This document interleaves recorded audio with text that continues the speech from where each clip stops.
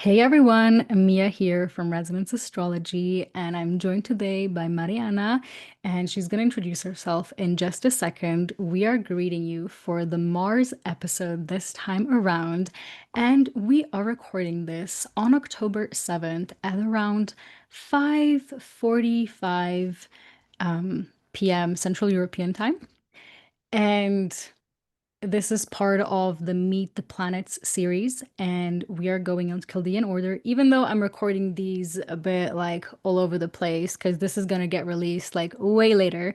But if you are listening to this now, which is probably around like December, we're releasing this. But if you backtrack what has been going on around like October 7th, Aries full moon. So we're harnessing the beautiful, potent Aries full moon ruled by Mars and Scorpio in its domicile. So this is why we're dressed up in red and we're ready to talk about this beautiful red giant in the sky. And again, so I'm um, joined by Mariana, aka conamordemarte, which actually means from love with Mars, which is one of the reasons why I chose her for the Mars episode. So, yeah, feel free to introduce yourself. Hi everyone. Hi Mia. Thanks for having me on. I'm so honored and humbled to be talking about my favorite planet. It's engraved in my business name, Con amor de Marte, with love from Mars in English, and it's also in my name, Mariana, M-A-R. And so I've always felt this like really deep connection to the planet. Besides my placements, which are of course very Martian. I have an Aries. Well, I have three planets in Aries. I have my sun, my moon, and my Venus, all in the eighth house in Aries. And then I'm a Virgo rising, which, you know, holds it all in, packages it up really nicely. And then I have my Mars in Cancer. So I'm a little nurturing warrior, princess, warrior, always ready to go. Always ready to go, that's for sure. So I'm super honored that you entrusted me with this episode and with this knowledge. And I'm so excited to share everything that we have noted. It's a lot. Absolutely, yeah. Yeah, and I think it's great, dignity is one thing we talk about, which is like one of the first things we're actually going to talk about, and we're going to go right into that. Personally, I'm a Scorpio rising. Mars is my ruling planet, so I'm super excited as well to be talking about this planet. And I have my natal Mars in Capricorn, so it's opposite your Mars. And yeah, the difference in exaltation scheme, right? Sorry, Oh, nice. dignity scheme. We have an exalted Mars and a Mars in its fall. And so you're going to hear from us firsthand experience of both of these because I can guarantee you guys it's never just black and white. Exaltation is not just amazing, and neither is fall just bad. But let's maybe first talk about, like, before we go into dignity, let's just talk, not dignity, let's just talk about like the domicile of Mars, which currently Mars is in its domicile, actually. It's in Scorpio. So, and the other home sign of Mars, we have two domiciles of Mars, is Aries as well. So Aries and Scorpio, one of them, Aries, is the young, so like the masculine cardinal fire sign of Mars, and the other one is the yin or feminine fixed water sign and side of Mars. So, where should we start? Do you want to take on the lead with this one? Yeah. So I mean, I think, Aries, Mars and Aries is such it's a little volatile energy. It's a little direct, it's a little like lightning, it's fast, it's bold, it's courageous, but it doesn't do a lot of thinking. I've always said that Aries is all gut, right? We just have a feeling, we just felt it in our bodies and our souls to act a certain way, to go through with something, with a certain decision or a certain plan, even if it meant, you know, ramming through something literally, or ramming through people also literally. Like sometimes Aries doesn't consider the bridges that we burn when we act impulsively. But I think, you know, when channeled right, that gut instinct, that impulsive behavior, that energy and drive that we get from Mars is actually one of the bravest and most beautiful things that we can experience in the zodiac. So I think, you know, in Mars, with Mars in Aries, Mars is like at a party. And it's just feeling its best and it's acting instinctively, not impulsively, but instinctively. And it's just in a really good, like it's wearing its favorite outfit and it's just having a great time. Mars and Scorpio for me, they're at the same party, right? But Mars and Scorpio is like in the corner of the Yeah. room, kind of like watching everyone, but plotting and predicting who they're gonna like talk to and get what information out of that person or whatever, or like looking at people's outfits and being like, I like that about them, I don't like that about them, probably smoking a cigarette, I don't know. Mars and Scorpio is just so much more calculated and a lot cooler, level-headed, so it does have time to think before it acts. However, I think that both signs are really in this whole domicile of the self.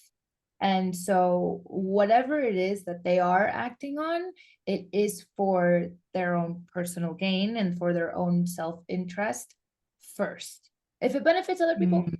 great. But it's usually acting from a place of like, how is this going to benefit me in the end? And then Mars and Aries just doesn't care who sees it, and Mars and Scorpio does. I like that. I actually like the word that you used. One of the words that you used, instinct. I think Mars describes that very well.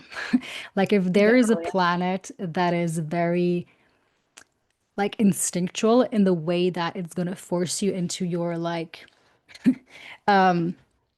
triggering emotions, you know, of primal is what the word was I was searching for. Like Mars is very primal.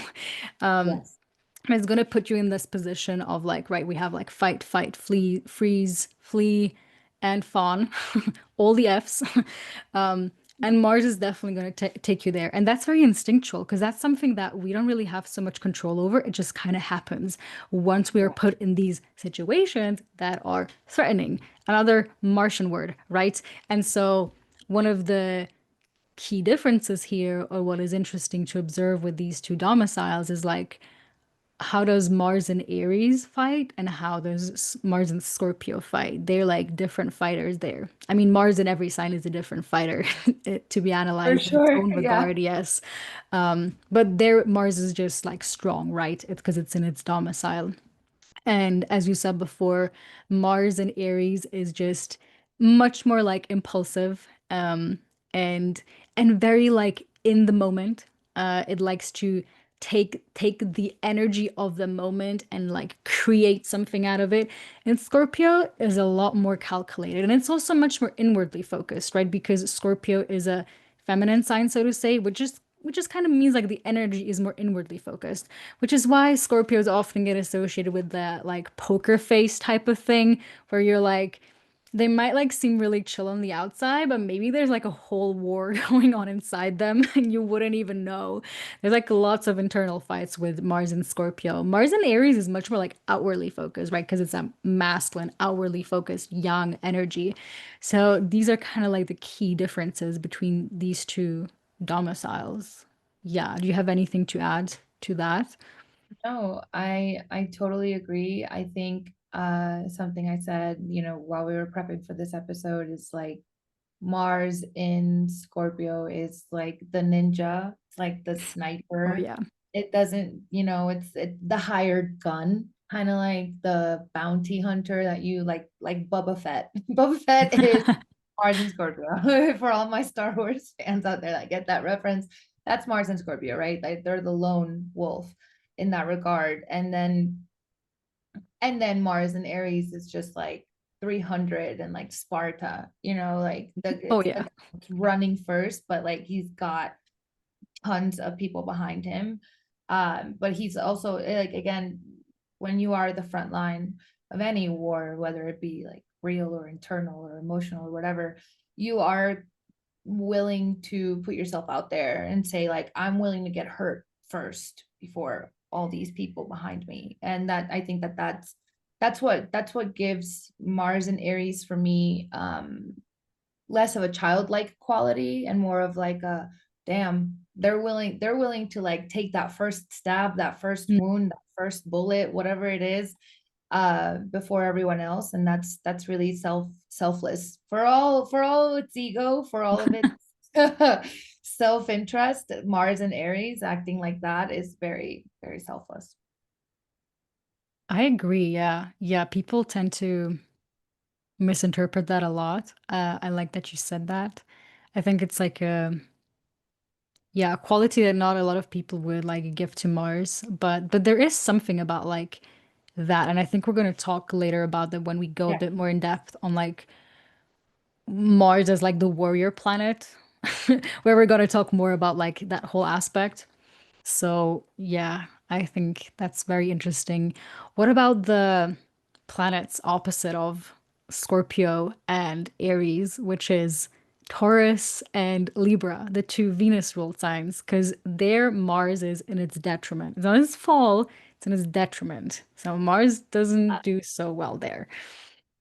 No, not at all. And I think, something else that you noted is like how interesting that those two are the moon's favorite position as well, and not Mars's, right? And I think, I mean, Mars and Taurus, what's that like? It's so slow. It's just absolutely slowed down. And then I think Mars and Libra is slowed down by fault of like uh not being able to act due to indecision or having to look at every angle or having to consider peace or considering other people. And so Mars and Libra, I feel like Mars and Libra, like, because Libra is still yang, it's very active, Mm, true. spiritually active, but I feel like Mars in that position is kind of like, oh, I can sit, no, I can't. Yeah. I have to settle this first, and that, and this has to weigh the same, and they have to be fair. And then I go, okay, now I can, and it gets stopped. It gets stopped a lot with Libra, whereas to a Taurus, I feel like it's just really slow.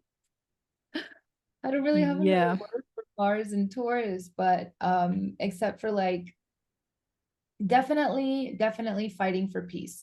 I think Mars and Taurus is uncompromising when it comes to their peace, their pleasure, their, immediate environment, their things. They'll defend that for sure.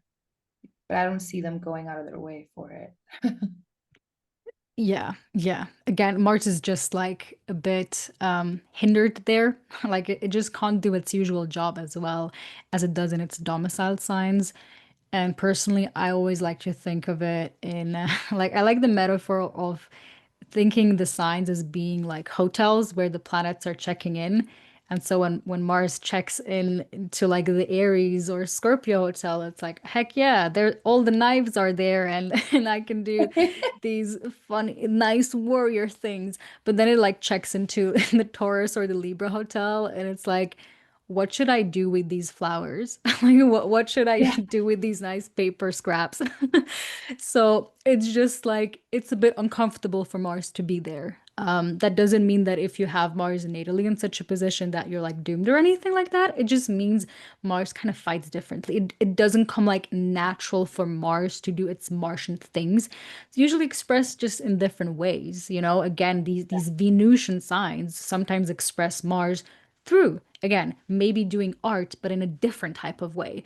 Like there's not like a specific artist I can think of right now, which we should have maybe researched that, but essentially doing art with like guns, like paintballs or something like that, like getting creative in like a different Yeah. type of way, or basically, expressing your rage through creating something.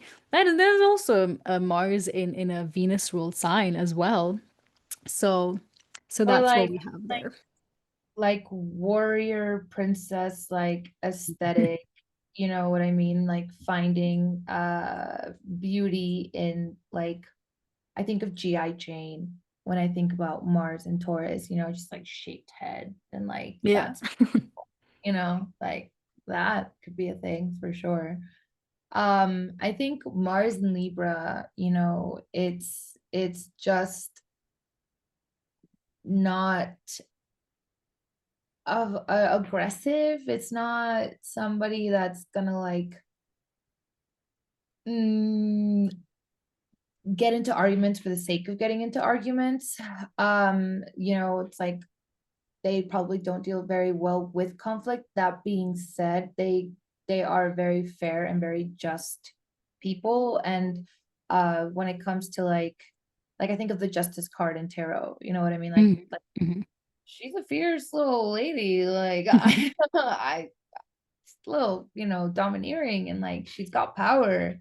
And if you like want a matter settled, I feel like Mars and Libra would be able to like uh say, yeah, this was an injustice. Absolutely. That's kind of their assertiveness. I agree. I agree. Again, there's like nothing bad initially about like any planet in its Right. detriment for Yeah, yeah. sure. It just deals with things differently. Mars is hindered in a way that like in Libra, it would just not be as efficient as in Aries, where it Yeah. like gets things done. Mars in Libra is very like, no, I gotta listen to everyone first and weigh things. That's why Mars is kind of like hindered because it can't do its job properly. It doesn't mean it's doing it completely bad or anything like that. It's just, it's a different Mars. It's a different expression of Mars.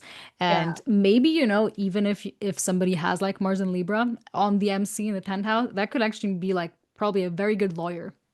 Yeah. So uh, so Yeah. there's that for sure. For sure. And it's just also because these Venusian signs, they're more focused on like the pleasure aspect of life, while like Mars is focused on maybe the more like pain side of life. And I don't even mean that in a bad way, but just like in a way of like they're looking for like things to do, things to conquer. It's Yeah. not so focused on these like Venusian topics. Because again, Mars is like the quality of like severance. Venus is the quality of like fusing things together. And that in essence like is a push and pull dynamic. But you know, let's not forget that Venus and Mars in a lot of mythologies, they're like secret lovers. So there is always like a tension between those two. And actually oftentimes Venus and Mars can come close to in a chart, which can then bring in these types of tensions in a natal person chart. Like if they have Mars and Venus conjoined or in the same sign, this actually often happens. There's like a tension between those two, almost like a love-hate relationship between them. Like can't live I apart, can't live together. I love you know, some myths determined, and we'll dive a lot more into this later, but some myths, one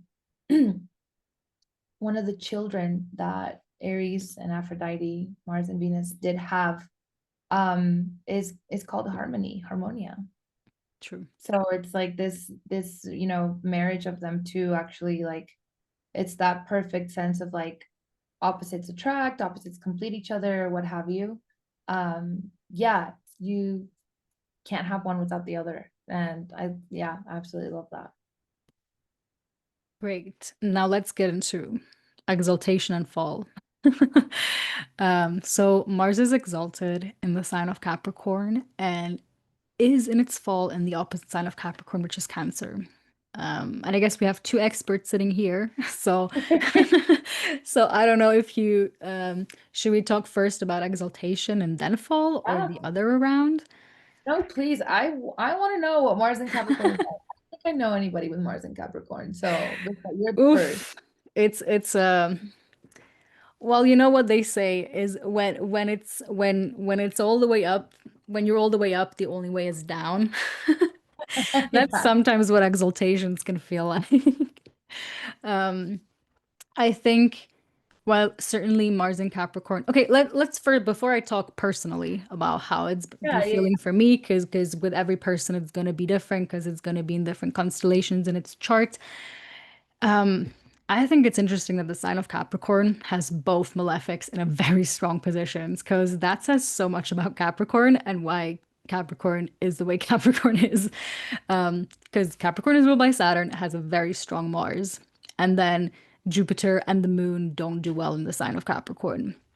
And if we look at it from a seasonal perspective here in the Northern Hemisphere, Capricorn is the beginning of winter.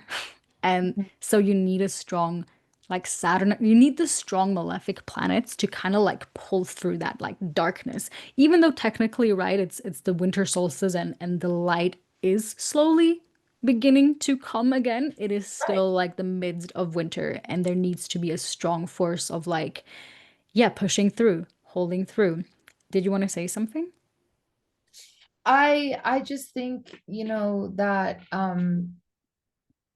for me, Mars and Capricorn is like if anyone's ever watched Game of Thrones, it's like Tyrion Lannister, like the father, like arranging players in the game, and like kind of just like this chess mastermind, Oh yeah. strategic. He's not out in the battlefield, but he's telling people where to go and how Oh, to. And there's something 100%. said about Capricorn. I'm like, here's the thing about Capricorn. They always win.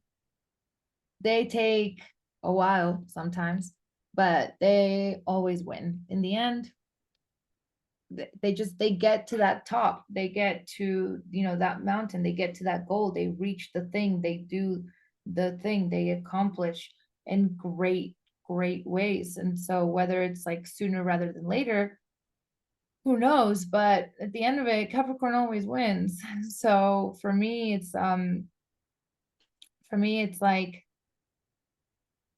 that is the light that Capricorn has to hang on to. Just like, yeah, you're in the darkest part of the year, my guy. You're, I feel like this is, obviously it's close to Sagittarius as well, but like all the Capricorns that are born around Christmas and they're all like, we always get forgotten because of Christmas. And so I'm always like, I'm like, oh, that's Capricorn. That's poor little Capricorn is sitting on the darkest night of the winter. Nobody remembered their birthday. Everyone's celebrating some sort of like, religious holiday around this time. And you have to climb out of it yourself, and you have to be the light for yourself, and you have to sort of accomplish the goals sometimes without the applause. And that's just what Yeah. Capricorn does best. Yeah, I like the comparison you made. I think if you take Mars in all the three signs that it does well, it's definitely like Aries is at the forefront of the war, fighting, sacrificing first. Yeah, Scorpio is somewhere in the back with the sniper, yeah. like looking from the back. Capricorn is the master in the tent that is like strategically being like, you do this, you do that, like Uh-huh. 100%, because you need to have like a good overview and why. And I feel like because with Aries, we get like Mars and the sun is very strong there. With Mhm. Scorpio, we get basically just a very strong Mars. With Capricorn, we get a strong Mars plus Saturn, which like takes in the component of time. So there is like the basically you put Mars in a position where it can endlessly like strategically go after thing and stand up again and again. You have like almost like an unstoppable warrior, you could say. Yeah. Yeah. And it's funny you mentioned Game of Thrones. I was literally talking on some with somebody on the phone like maybe 4 hours ago about it because he's watching it for the first time. And I Oh think my he just God. recently saw the Red Wedding, and I'm like, oh my gosh, I wish I would have seen your reaction to that. I wish I could delete the 6 times that I've seen Game of Thrones and just rewatch it again and be that new with that new audience again. That would be, oh my gosh, amazing. I Yeah. mean, Yeah. Game of I Thrones is such a mo like Martian show, to be completely Oh, honest. absolutely. I think Daenerys, I think she's a Mars and Aries. I think she's a little reckless. She's got some dragons, so she thinks she's like big game. I won't say any spoilers, but I think she's a little, yeah, she's a little impulsive that way. So yeah, well, we can compare Mars warriors and Game of Thrones all day. But what is your experience being a Mars and Capricorn then? Are you a planner? Oof. So I will say something because I feel like that it's different than other people have it. So first of all, I'm ruled by that Mars. I'm a Scorpio rising. I do have that Mars in mutual reception with Saturn in Aries, which is Saturn in its fall. So Hi. so it's like basically it's interesting because there's like a push and pull dynamic that is constantly going on, and I feel like now with my Saturn return, even though right now Saturn is back in Pisces, but I did like officially start my Saturn return this year. I feel like I'm beginning to understand it a bit differently, probably a bit more maturely. And I think I will also understand Mars very differently by the end of that Saturn transit. But I will say that in this regard, it's very unique because I feel like I get like both. I get like both the good and the bad about all of that. But simply from a perspective of like just Mars and Capricorn, again, I would say I'm an extremely ambitious person, but there have been like shortcomings and things. Again, Saturn and Aries active there as well. Um, and I think something that people underestimate with having a strong Mars is like you need to learn to wield Mars, otherwise Mars can easily wreak havoc in your life. I guess it doesn't matter in which position it is, but if you have like a strong Mars, it's like with great power comes great responsibility type of thing. It's like, yeah, like eventually you have to accept that power and like learn to be that person that has that can do that. I've had a very hard time like accepting that about myself. Like accepting that, yes, I'm like most likely I'm gonna be the person that does that in the end. And it's scary, but Yeah. nobody else is gonna do it. Okay, I have to do it. I have to be the brave and I have to be the courageous one. But I will say there's definitely something about that like light that never dies inside of me and this like strong Mars and Capricorn feeling of, yeah, like maybe I don't know it right now, but long term, like I have to invest long term to see and yield results type of thing. So that has been my experience. I mean, there's like a lot more that I could say, but I feel like that's gonna weave into the topics when we talk about them, and we are gonna like bring in personal examples even Yeah. more. So let's I hear love about the that. opposite. Or wait, sorry, did you want to say something? I love that it's a mutual reception. I would so moving into the Saturn part, the fall. My Mars and my Moon are in mutual reception. Yeah, so Mars in Cancer, Moon in Aries, and I have it's. I'll share something personal. Like I've always when I have gone to psychologists or therapists in my life, it's always been they're like, what do you want to work on? I'm like, I just my anger issues, my my outbursts of rage. Yeah, just that. Which, are not it's not necessarily like a Mars in Cancer thing. Actually, Mars in Cancer is extremely passive aggressive, right? It's not always acting directly. It'll make you sit around and guess why they're angry until you get it right. Because if you can't feel it, then like what are we doing, but it being in mutual reception with my Moon definitely calls for some outbursts that they've cost me money more than anything. They've cost terrible, terrible, terrible. But just to talk a little bit about, Mars in its fall, it's it channels its warrior energy. It's the mama bear.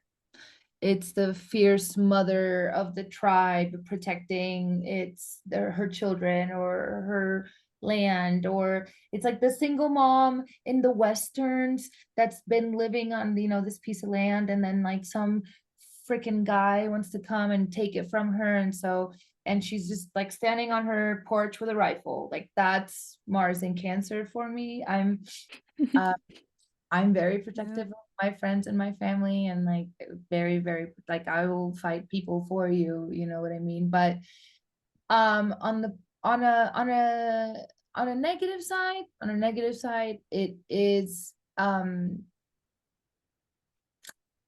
it puts Mars's impulses all based on emotion. So, I'll act a certain way, or Mars in Cancer will act a certain way. And I'm like, why'd you do that? Like, I just had this overwhelming feeling of sadness that made me do that, or this overwhelming feeling of anger that made me do that, or this overwhelming feeling of love that made me do that. Mm. And we're also incredibly good at like remembering, like, don't forget you don't like that person because they screwed you over, or like, I have an ex, I'll give another real life example. I have an ex-husband who's a Scorpio, and we're not on good terms, like, at all. And he recently reached out to my sister to wish her a happy birthday, and I was like, do not reply to that man. Tell me to stay away from my family. Like, do not reply to him, so I'm very much like, uh family first, honor, that sort of thing.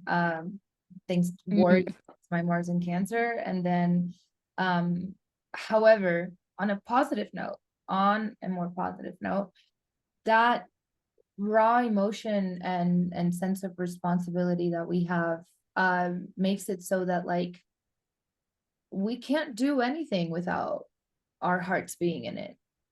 Like, if I don't feel like doing something, I physically am unable to do it. And that is terrible for the, work field.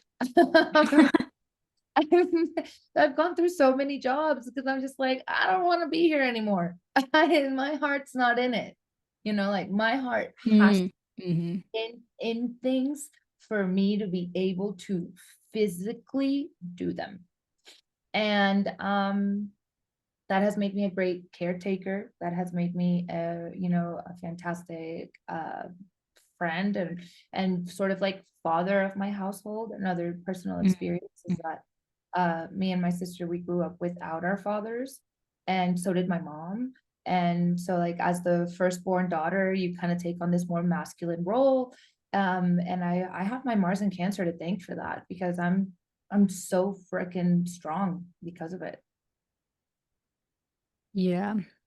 Yeah, that's the opposite of like when you're here, the only way is up. Right. I'm at the bottom of So the ocean. You're at the top of the mountain. exactly, exactly. But again, I think I like just these comparisons because I feel like a lot of times when people first come into contact with dignities, there's always this like, oh wow, like a planet is exalted, so it must like be amazing in a person's chart. And it's like Mars in Capricorn can be so extreme, and if you don't wield it, it can easily be so self-destructive. Or if you don't know where to channel that energy.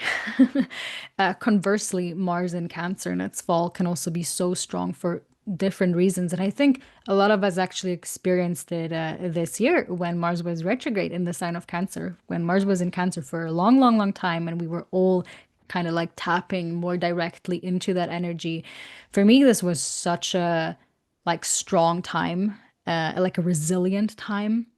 I think Mars and any planet in a fallen position, because it is put into like a crisis moment, crises yields opportunities and you learn to handle things differently.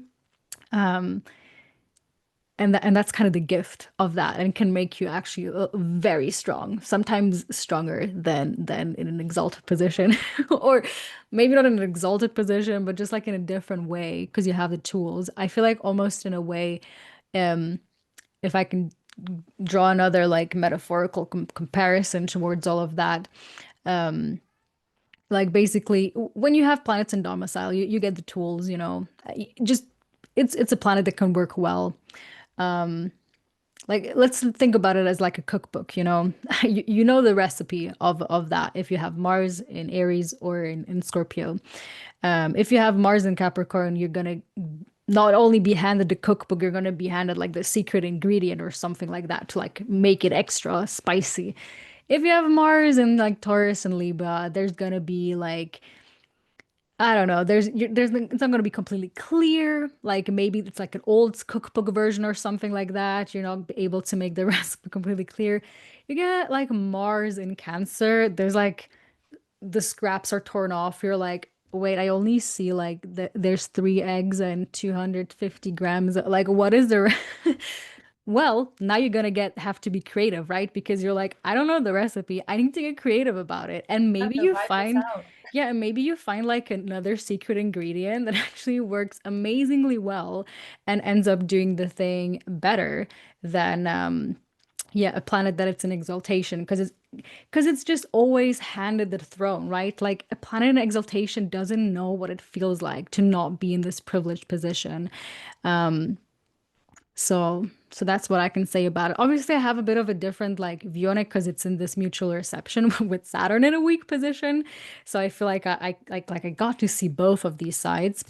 But oftentimes people having planets in exalted positions, like they don't see the privilege necessary. Like they don't see that something naturally comes to them that does not naturally come or happen to with others. And I will say in my case with Mars in like the third house, um me like I have such an easy time following like health regimes, routines, which is also a bit sixth house to be completely honest, but just like it's very easy for me to be like a healthy person. Like there's not like it's not hard for me to not drink. It's not hard for me to like not buy crappy food or something like that or do my rituals, which is very third house. It's like it comes very natural to me. And I guess sometimes I forget that that's not the case for other people. Like it's hard for some other people. They have their vices, but for me it's very like that just cut through the chase, like you know, which is also very Martian, cutting, severing, I don't know, all of that. Um, and it's very also, yeah, I like the comparison with the emotions because there is something about Mars and Capricorn, but it needs to, you know, it needs to like kind of like step away from the emotional side because that's how you can like make you know, like if you're in a war position, that's how you can make decisions that are actually probably useful. But, you know, God, we see it all the time in the world, people handling from emotional sides and whatnot. But from like a purely tactical perspective, if you want to win a war, it's very good to be able to like do this like cut off from your emotions and be like, this is the rational choice. Which not everybody can do. And that's also, again, why Mars and Cancer kind of doesn't do its job so well. Or again, it's just a Mars with different tools. It's just a Mars with different tools for real. Totally, yeah. And can be strong in a different way. Yeah, I mean, mine is in the 11th house. So I feel like it does put a lot of emphasis and energy into my long-term goals and like what I want the people around me to feel like and what I want I guess like if I were to talk about the people that have helped me get ahead in life, for them, for me to show them that like I'm acting from a place of like love and like, hey, like this means a lot to me Mm, emotionally. You know, they've been like, okay, yeah, that feels, good, that feels authentic, like I'm gonna help you. I think Mars in the house of networks it also because it's a double-edged sword. It's two sides of the same coin. I can cut people out of my life like that, like very easily. Like I said, Mars and Cancer. I said this once in a post. Mars cuts, but Cancer never forgets. And so, She Archie. never forgets, no. She wants to come.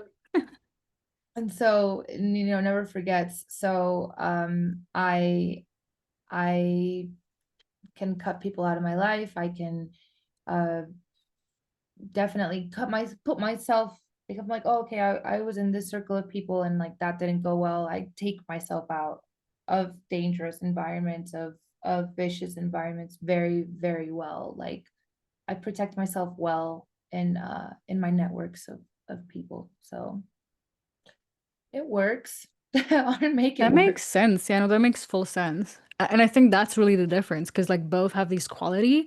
I guess with Cancer, it's just more there's like a lot of emotional history tied behind everything.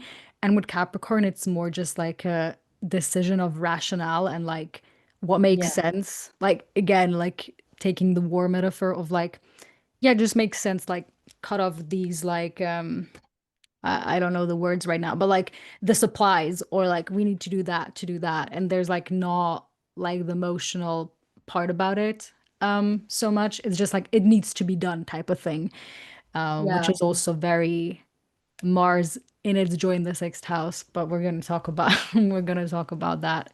Um is there anything else you want to say about the dignities or I should think we covered we? a lot. Yeah. We did cover quite a lot. And I think we're also gonna like bounce back and forth between a lot of topics. So so yeah. Um there's not so much to be said about that specific thing, but I do just want to mention that Mars belongs to the night sect. Um and sect is like kind of a team, basically a grouping. And it's whether it depends on whether you have a day or a night chart. And so if you have a day chart, it means your sun is above your ascendant or above your descendant, or if you're born smack in the middle of the day, like you have a day chart. And you're going to have a night chart if the sun is below the ascendant or descendant line, or again, if you're born in the middle of the night, 100% you have a night chart. No doubt about that. And so, depending on if you have a day or night chart, you're going to have like a set of team players. And if you all do have a night chart sect, you're going to have the moon, Mars, and Venus on your team, so to say, which means that usually Venusian transits are going to be more beneficial for you because Venus is the benefic planet. And then Martian transits are probably going to be easier for you in the sense of like more doable. Mars is still a malefic planet, but it's gonna be like you're gonna get like if we take the Mars retrograde, for example, it's gonna be hard, but you're gonna feel like, oh, I can surpass that. Like it conversely, the other things, Saturn is gonna be harder for you. Things like that. So if you do have a night chart, you might want to look where Mars is in your chart because it's going to be a team player in your chart. Yeah. Is there anything you want to say about that? Um, I have a day chart. I mean, me too, me too, me Yeah, too. yeah. I wish, I mean, I think something I learned in school recently with Austin Kapak and Fundamentals of Astrology is it kind of sect gives Mars a cool place to act right in, even if it is the sect malefic. It gives it like a cool night condition that like balances out its fire. It's like having Mars in Scorpio to me. Mhm. That's all I have. Yeah, yeah. There's not like so much to be said about that. It's just like a fact, kind of, Yeah. to throw in there. Yeah. Absolutely. But we can maybe talk a bit more just at like the concept of Mars as a malefic planet. Because because like malefic, like if you first come around that word, it sounds like pretty dangerous. Like malefic planets, the bad planets. Actually, I will say before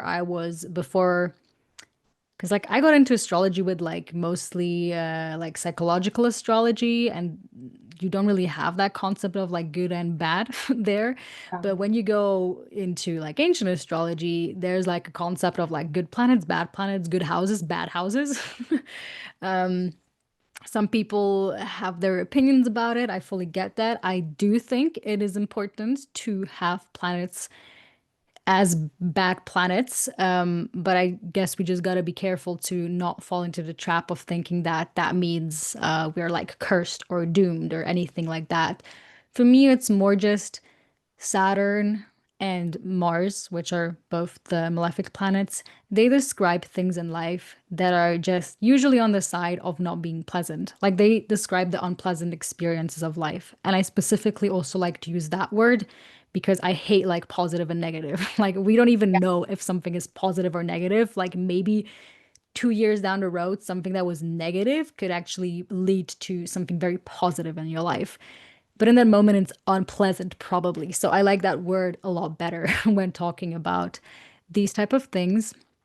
And Mars just has a lot to do with like the concept of what we need to like overcome, where we need to like press forward, or where we're like short, like ailments, illnesses, diseases, like things we kind of like have to redo over and over again. That's going to make a lot more sense when we talk about why Mars has its joy in the sixth house.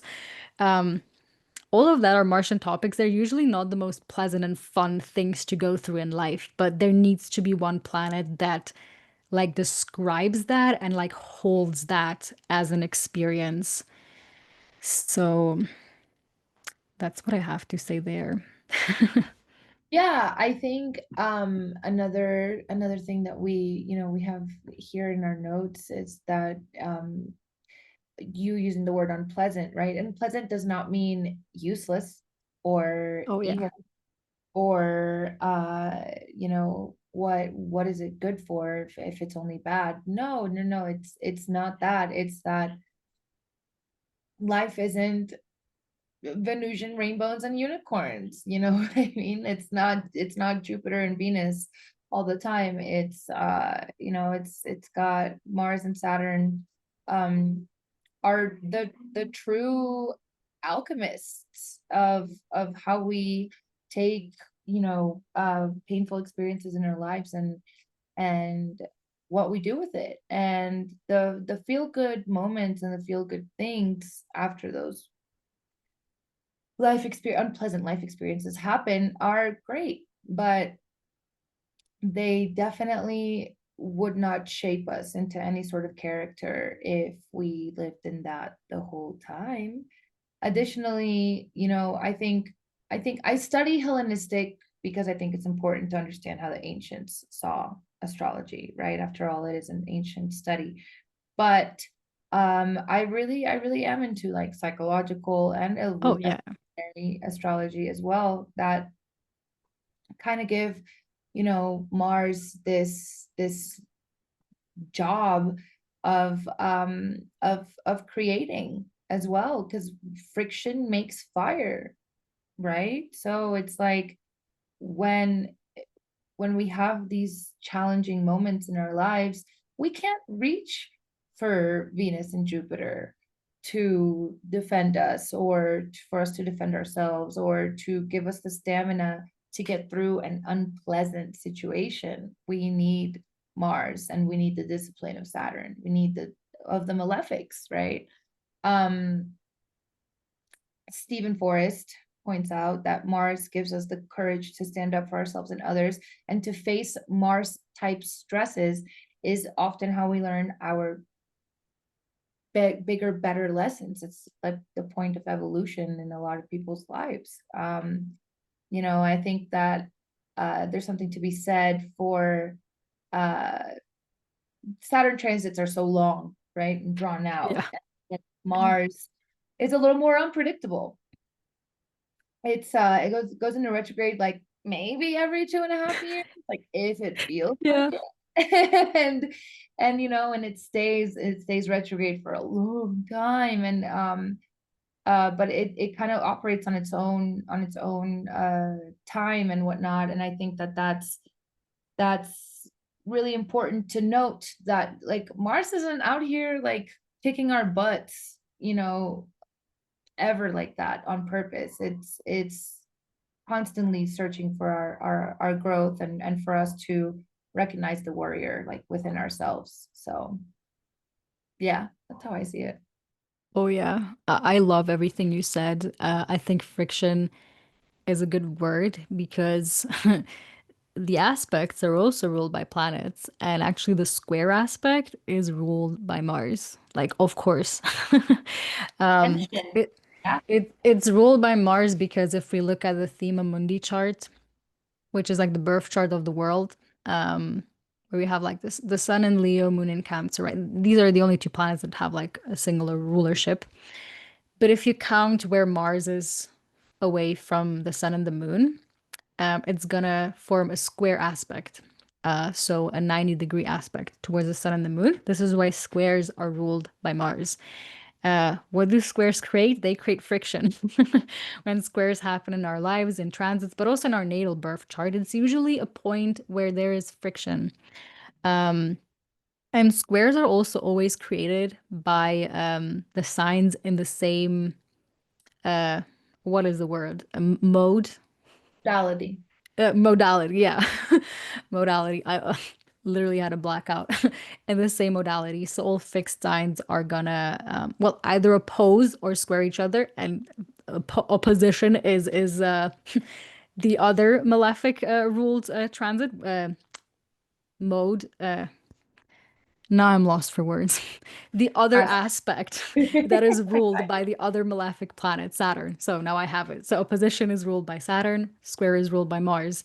So it's yeah. interesting that these aspects that a lot of people always tend to fear or feel like they are cursed or doomed when they see them in their charts, like they're ruled by malefic planets.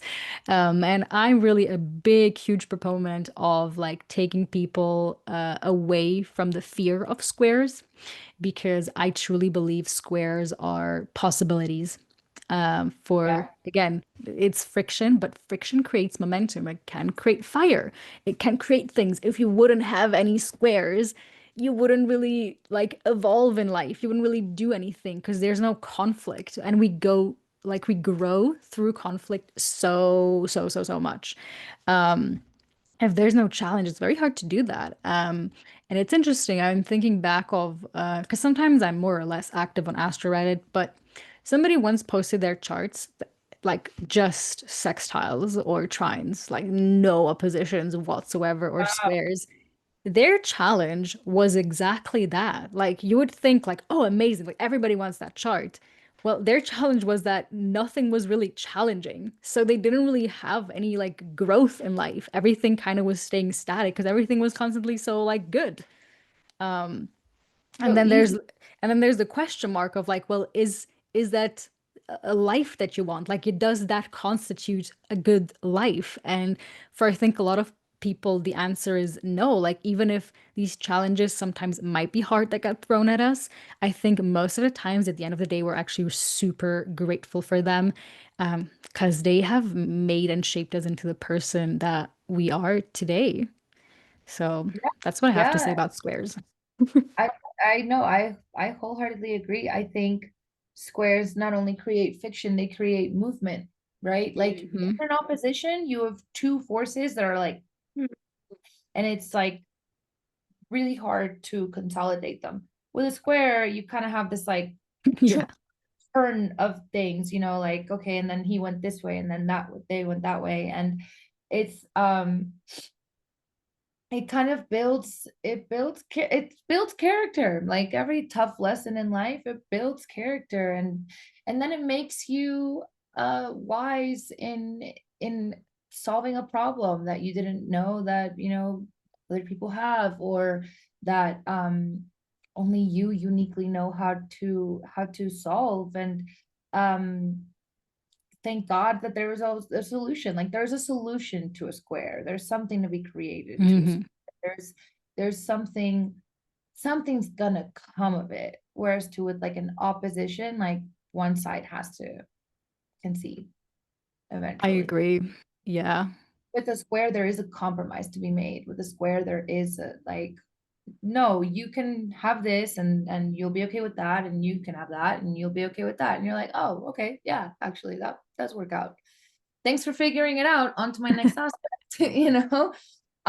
Additionally, I think it's been a little bit more important in recent times than before, which is great because we're evolving somewhat as a species. But I think being good at conflict resolution is something to be admired, you know, like that person with that chart, like, would they even know how to get into a debate?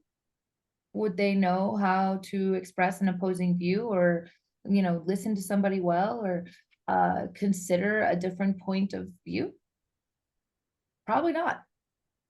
Or if they do, they wouldn't really be able to grasp the entirety of that lesson for themselves, you know? So Mm. I think developing a healthy relationship with Mars is developing a healthy relationship with conflict. You know, you have to be able to voice, like Stephen Ford said, stand up for yourself, voice your discomforts, talk about things that you're not content with, and look and learn for a solution on how to get there. That is like, at the end of the day, resolving a conflict is what Mars wants, because Mars wants victory, right? Yeah. Yeah. That's the Absolutely. other part. Absolutely. Absolutely. Yeah. I'm thinking like of the decans of Aries right now. But yeah, that's so true. And I think that's where like the courageous part of Mars really shines through, which a lot of people associate with Mars. It's again, it's not like doing it. It's like you're probably having fear and like doing it despite the fear. Like it's not easy. But being courageous is doing it with the like doing it when your voice is trembling, when you're shaking, and still having the courage coming from the heart, the heart to do it, to go after it, Yeah, despite you probably being scared of it. And that's what you see with a lot of great people. They're yeah, the facing of adversity constantly over and over and over and over again.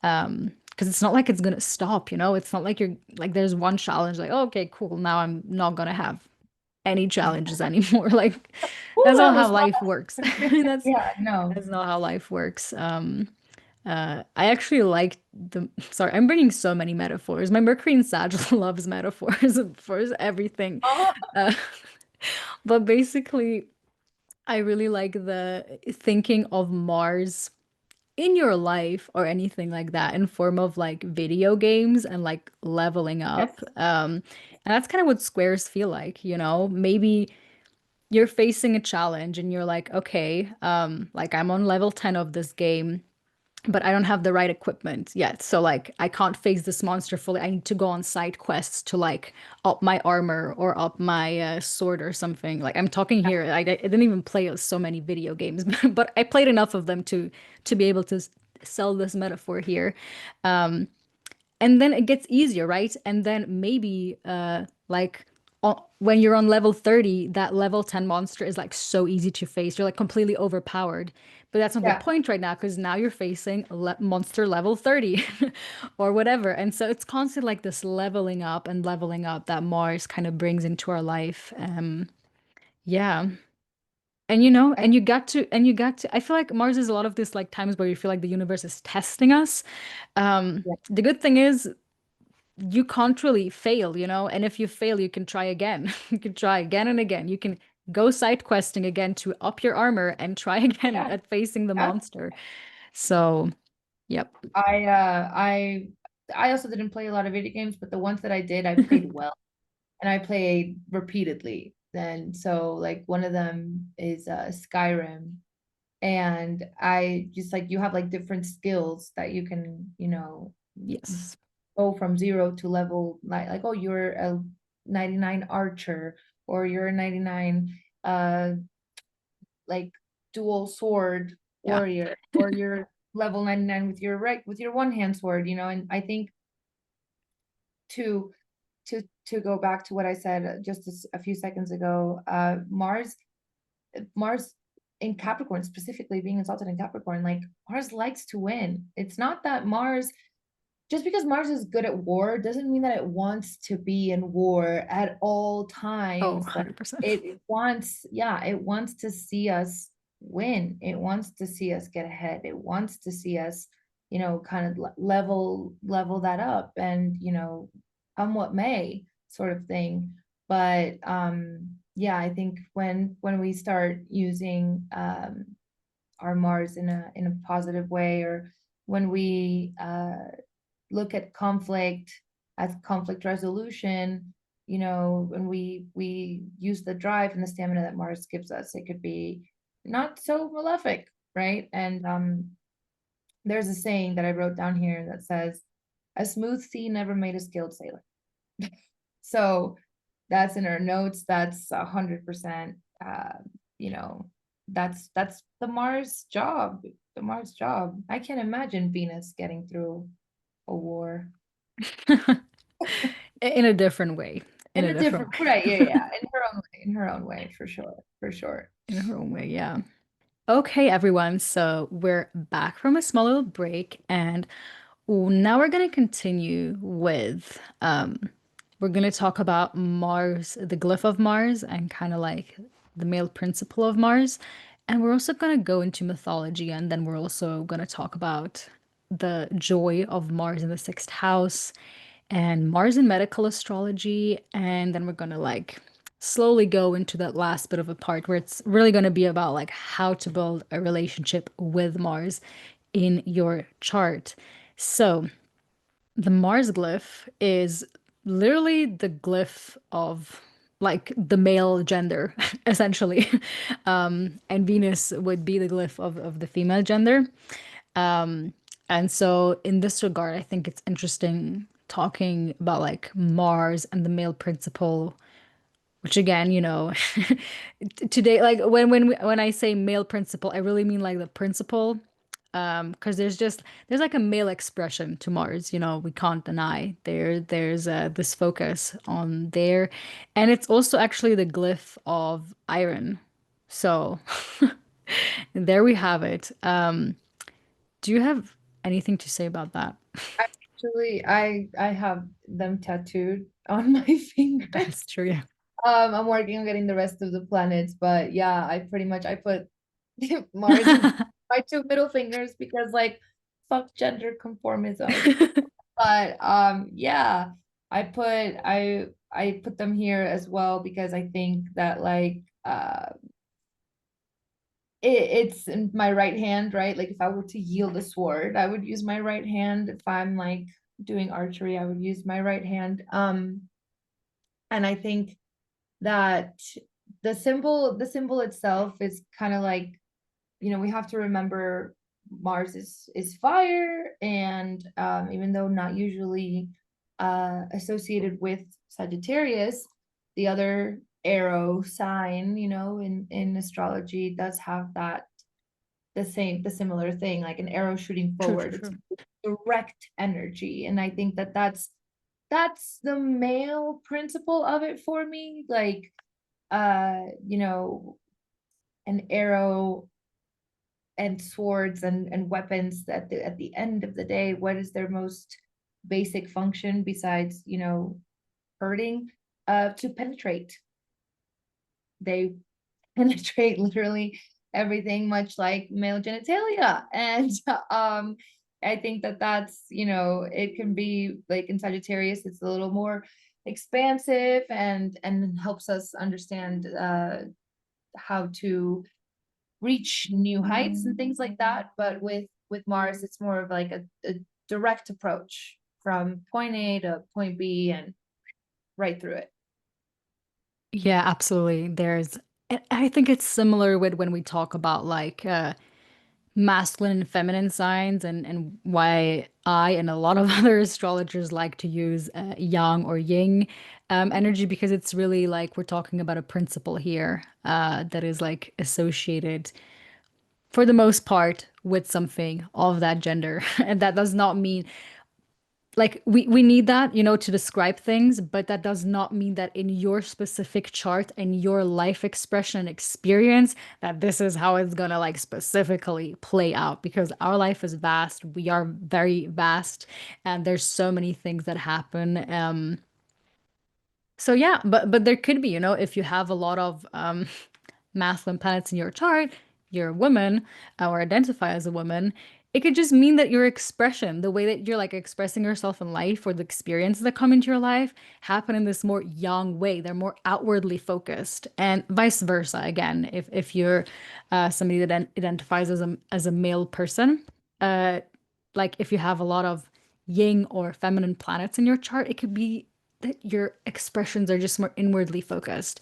So we need that to describe, you know, we need things to describe things. We cannot like move away Yeah. from that. True. So, Very true. and there is something of like, you know, this gender of like, yeah, male, female, like this, that, black, white. No, no, no. And that's kind of like Venus and Mars, you know, we have to have a binary or a non-binary thing that describes things. So, Yeah, I mean, I go back to how I described my Mars in Cancer, right? I said single mother on her front porch with a gun.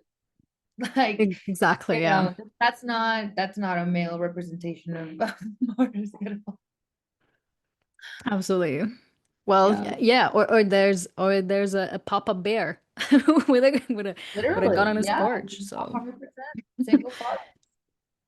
absolutely. So yeah, that is interesting. And we didn't actually write that down here, although we have a bit of that in the like medical astrology section part. But like Mars and like sexual energy or sexuality actually very much like linked to Mars. Yeah, Maybe we can actually talk about that a bit before we jump into the mythology, just because it is actually pretty core to Mars. Like it's definitely an expression. And again, with the whole genitalia part and the penetration part, you know, it's almost like you can't get over not talking about it. 100. And at the end of the day, you know, nowadays people be doing a lot of things, but like it's used to like create children, you know. Yeah, yeah. So there is like the creation aspect of Mars again, the fact that this can happen. um yes. I think, Yeah. the Venus sign, right? It's a mirror. It Mhm. reflects. It takes in and and it holds.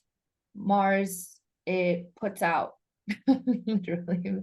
Um, and it's physical desire meeting romantic love. A lot of people nowadays, whatever your sexual preference is, whatever gender you identify with, or if you don't identify with gender at all, we know that there is this alchemical thing that happens when two human beings share a sexual experience, and it is fueled by physical capabilities and attraction, and also romantic love. Like they go hand in hand with one another, and like you can't in very, very, very few cases you can just thrive off of romantic love, right? You said it earlier best, like Mars is this primal instinct in us. It's this animalia thing that we as humans we were born with, and we can't ignore it. It's something that lives inside of us, and it's something that drives our actions, right? Which is exactly what Mars does. I like to tell my clients and people and anyone willing to listen, that Mars is the physical aspect of making a decision. Making a decision mentally, Mercury. Making a decision emotionally, your moon. Making a decision, what does it look like? What does your body do when you make a decision and you act out on it? Mars, right? So I think that with male fertility, I mean, and it also ruling Scorpio. Scorpio rules the genitalia famously. Like it's meant to create things. I think at both a very out in a very outwardly fashion, but also creating things under the surface, right? Like Hmm. under a certain je ne sais quoi, like a veil. Like Scorpio Yeah. creates things in the background, right? Yeah. In the underneath the waters. And so I think that's why Mars does so well in both those signs, because it is very good at going after what it wants, but also in creating something truly magical with sex. Yeah, I agree. I agree. There's a lot of people like associate desire with Venus. And there is like truth to that. I think desire is Martian, like so much, because it's so primal and it's something that if you go against it, it actually like really hurts you. Like if you're going against your nature and there's I'm not talking here about like infidelity and things like that. I just mean like going against your own sexual nature and like denying that this is a part of you. Um, with the rest is like consciously making decisions, and I'm not talking about that part right now. Um, but just like accepting like I am a sexual being and I have desires, and it doesn't even have to be sexual desires. It can just be like desires on like creating life, because that is also a sexual desire, is to create your life the way you want it to and have that momentum to be like, I'm gonna go after my desires. And it doesn't necessarily have to be sex per se. It can be creating my dream career and like actually going after that, birthing that. There's like so much to be said about that, and that is all sexual power. And actually what a lot of people miss around that is actually thinking that this is something that can only be found when you're sleeping with somebody, um, or like kind of misconducting that feeling of being like, oh, I'm horny, like that just means I have to like go and sleep with people, when oftentimes it's actually the urge to create life, you Create know? life. Yeah. Yeah. Which Yeah, is animalistically speaking, a survival skill.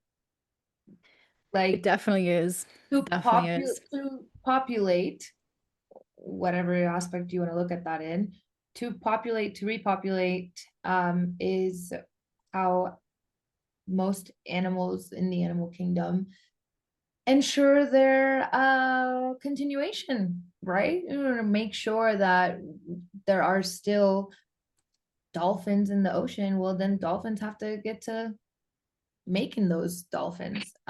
You know what I Yeah. mean? And that by that definition, yes, creativity and creation can take a number of definitions and meanings for sure. But it is an instinctive thing. It is something we're born with. We can't run away from it. We can't escape it. We're put on this earth to create, to hopefully leave a legacy of any sort, and to, very, again, Capricorn, to leave a mark on the world, whether one person noticed it or a million people saw you. I think that's something that a desire we're kind of installed with, kind of like a programming on a computer. We just come with it. Yes, Yeah. yes, yeah. Yeah, if you want to get to know Mars in your life, like stop going against your nature, essentially. Um, and to like kind of segment into that like mythology part. I don't know the Yeah. whole myth by heart, but there's the myth of this goat Pan. And part of this mythology involves that he's actually kind of like a horny goat, you know? And I'm like, that's so Mars and Capricorn. And a lot of it involves him learning to actually yield that power. Um, so I think that's a lot of what to learn with Mars. It's definitely something I had to learn and go through. Of like learning that this energy, like just using it for that part, can kind of become destructive, and that actually I had the urge to create something very different and like learning to direct that energy towards that. And like, yeah, I don't know how else to describe it. Yeah, right. Because it is a bit of a like touchy subject for me to talk about, but essentially it's yeah, there's just a lot of like misconduct that can happen in that regard. And I think it's just important to notice like sexual energy is not just for sex. It's Not, for no. creation and creating your life. And um yeah, it can easily turn destructive if you're like just constantly using it for that. And it's like, no, actually it can be used for so many different things. And it's usually actually a lot of women that have strong Mars signs. That's a big lesson they usually have to learn. And to like be in that sexual power as like an empowering thing and not specifically like misusing that in that way, like using it for like creating your life. It's like that's powerful. That's powerful. Yeah, So that's like that's super powerful. I think it's stamina, right? it is It's stamina, yeah. just energy. It's the fuel. It's the gas in the car. What you choose to do with it is your responsibility, and you should be responsible about it 100%.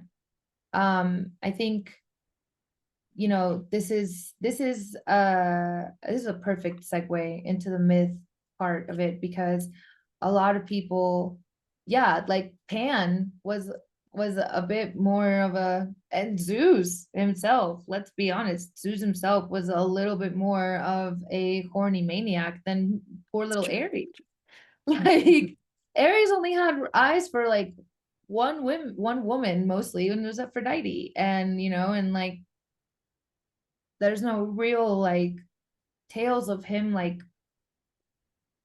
uh going through villages at night and like taking advantage of women. That's That's mostly true. his dad. That's true. I think another thing that we need to talk about in the myth, in this myth section of Mars, is that in Greek mythology, his twin Eris, which is, you know, some I'm not that developed yet as an astrologer, but an asteroid in a lot of people's birth chart, that it does talk about discord and strife. That's true. Yeah. Like when Eris comes around, she's a little scarier than Aries himself, right?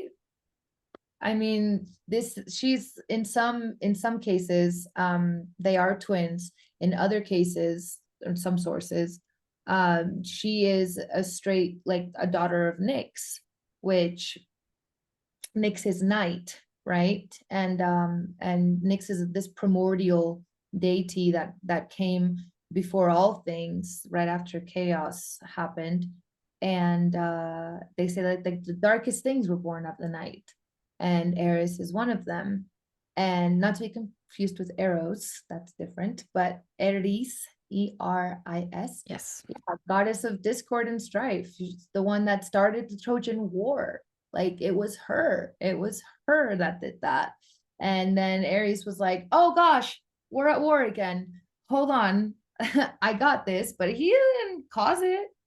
He wasn't the one that was like, "Y'all should fight about this woman." No, that was not like Aries was chilling at the time. He wasn't doing anything. Very misunderstood in Greek mythology. I agree. Yeah, I don't actually even have so much to like add to that specifically. If there's anything you wanna add more to that, feel free to do so. Yeah, so I fell in love with astrology through my understanding of mythology. And it's, you know, it's one of my favorite books. It's such a good just like storytelling book, also on audio, as an audio book. It's just fun. It's like fairy tales for adults. And basically that book is Mythos by Stephen Fry. And you know, in besides his twin, Aries is the first, if not most legitimate son of Zeus and Hera and his wife, even though he had many lovers. Zeus did answer to one wife, and she had very few children by him, and Aries was the first one, and he was the one that Zeus mostly shunned because he's like, oh, how could you enjoy all these things like war and death and anger and aggression and all these things? Like, why can't you be more jovial and happy and want to eat and drink all day? Like, and he was actually quite, critical and dismissive of Aries, and like he didn't understand why a son of his could ever be that forward with such terrible topics like war. But Aries's anger was part of when Hera was pregnant with him, how she discovered that Zeus was so unfaithful, and so that anger was like transferred to him, and that's why he was born, a little fiery, but then completely neglected by his own father. And I think that later Zeus preferred Athena, who was more strategic and the goddess of war, and Athena always beats Aries in the battleground because she's like 10 steps ahead. But Athena was born of Metis, who's was a teacher of Zeus, and he ate her. And so Athena was famously born out of the worst migraine that Zeus has ever had, but she's brilliant in his eyes, and so he prefers Athena over Aries at all and every single turn. And I think that speaks a lot to Aries, the zodiac sign, the firstborn child. But we come into this world without much nurture and care.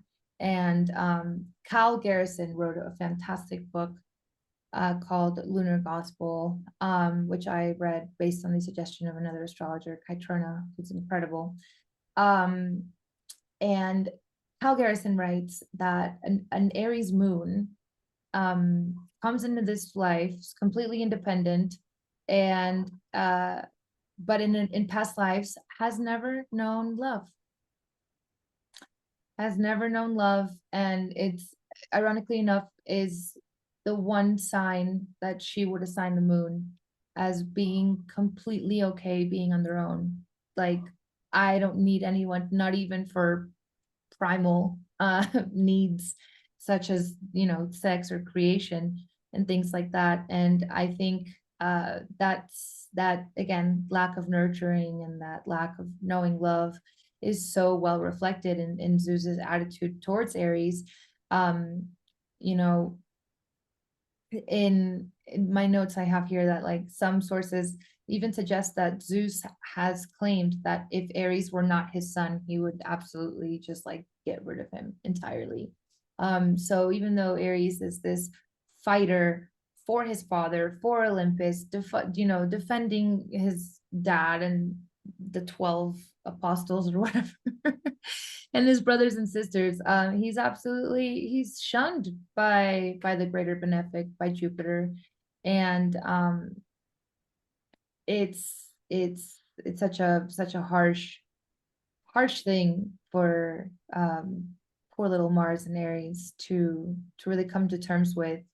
And I think that while a lot of people might think that Aries doesn't need a lot of love because we're so self-sufficient, that like could not be further from the truth.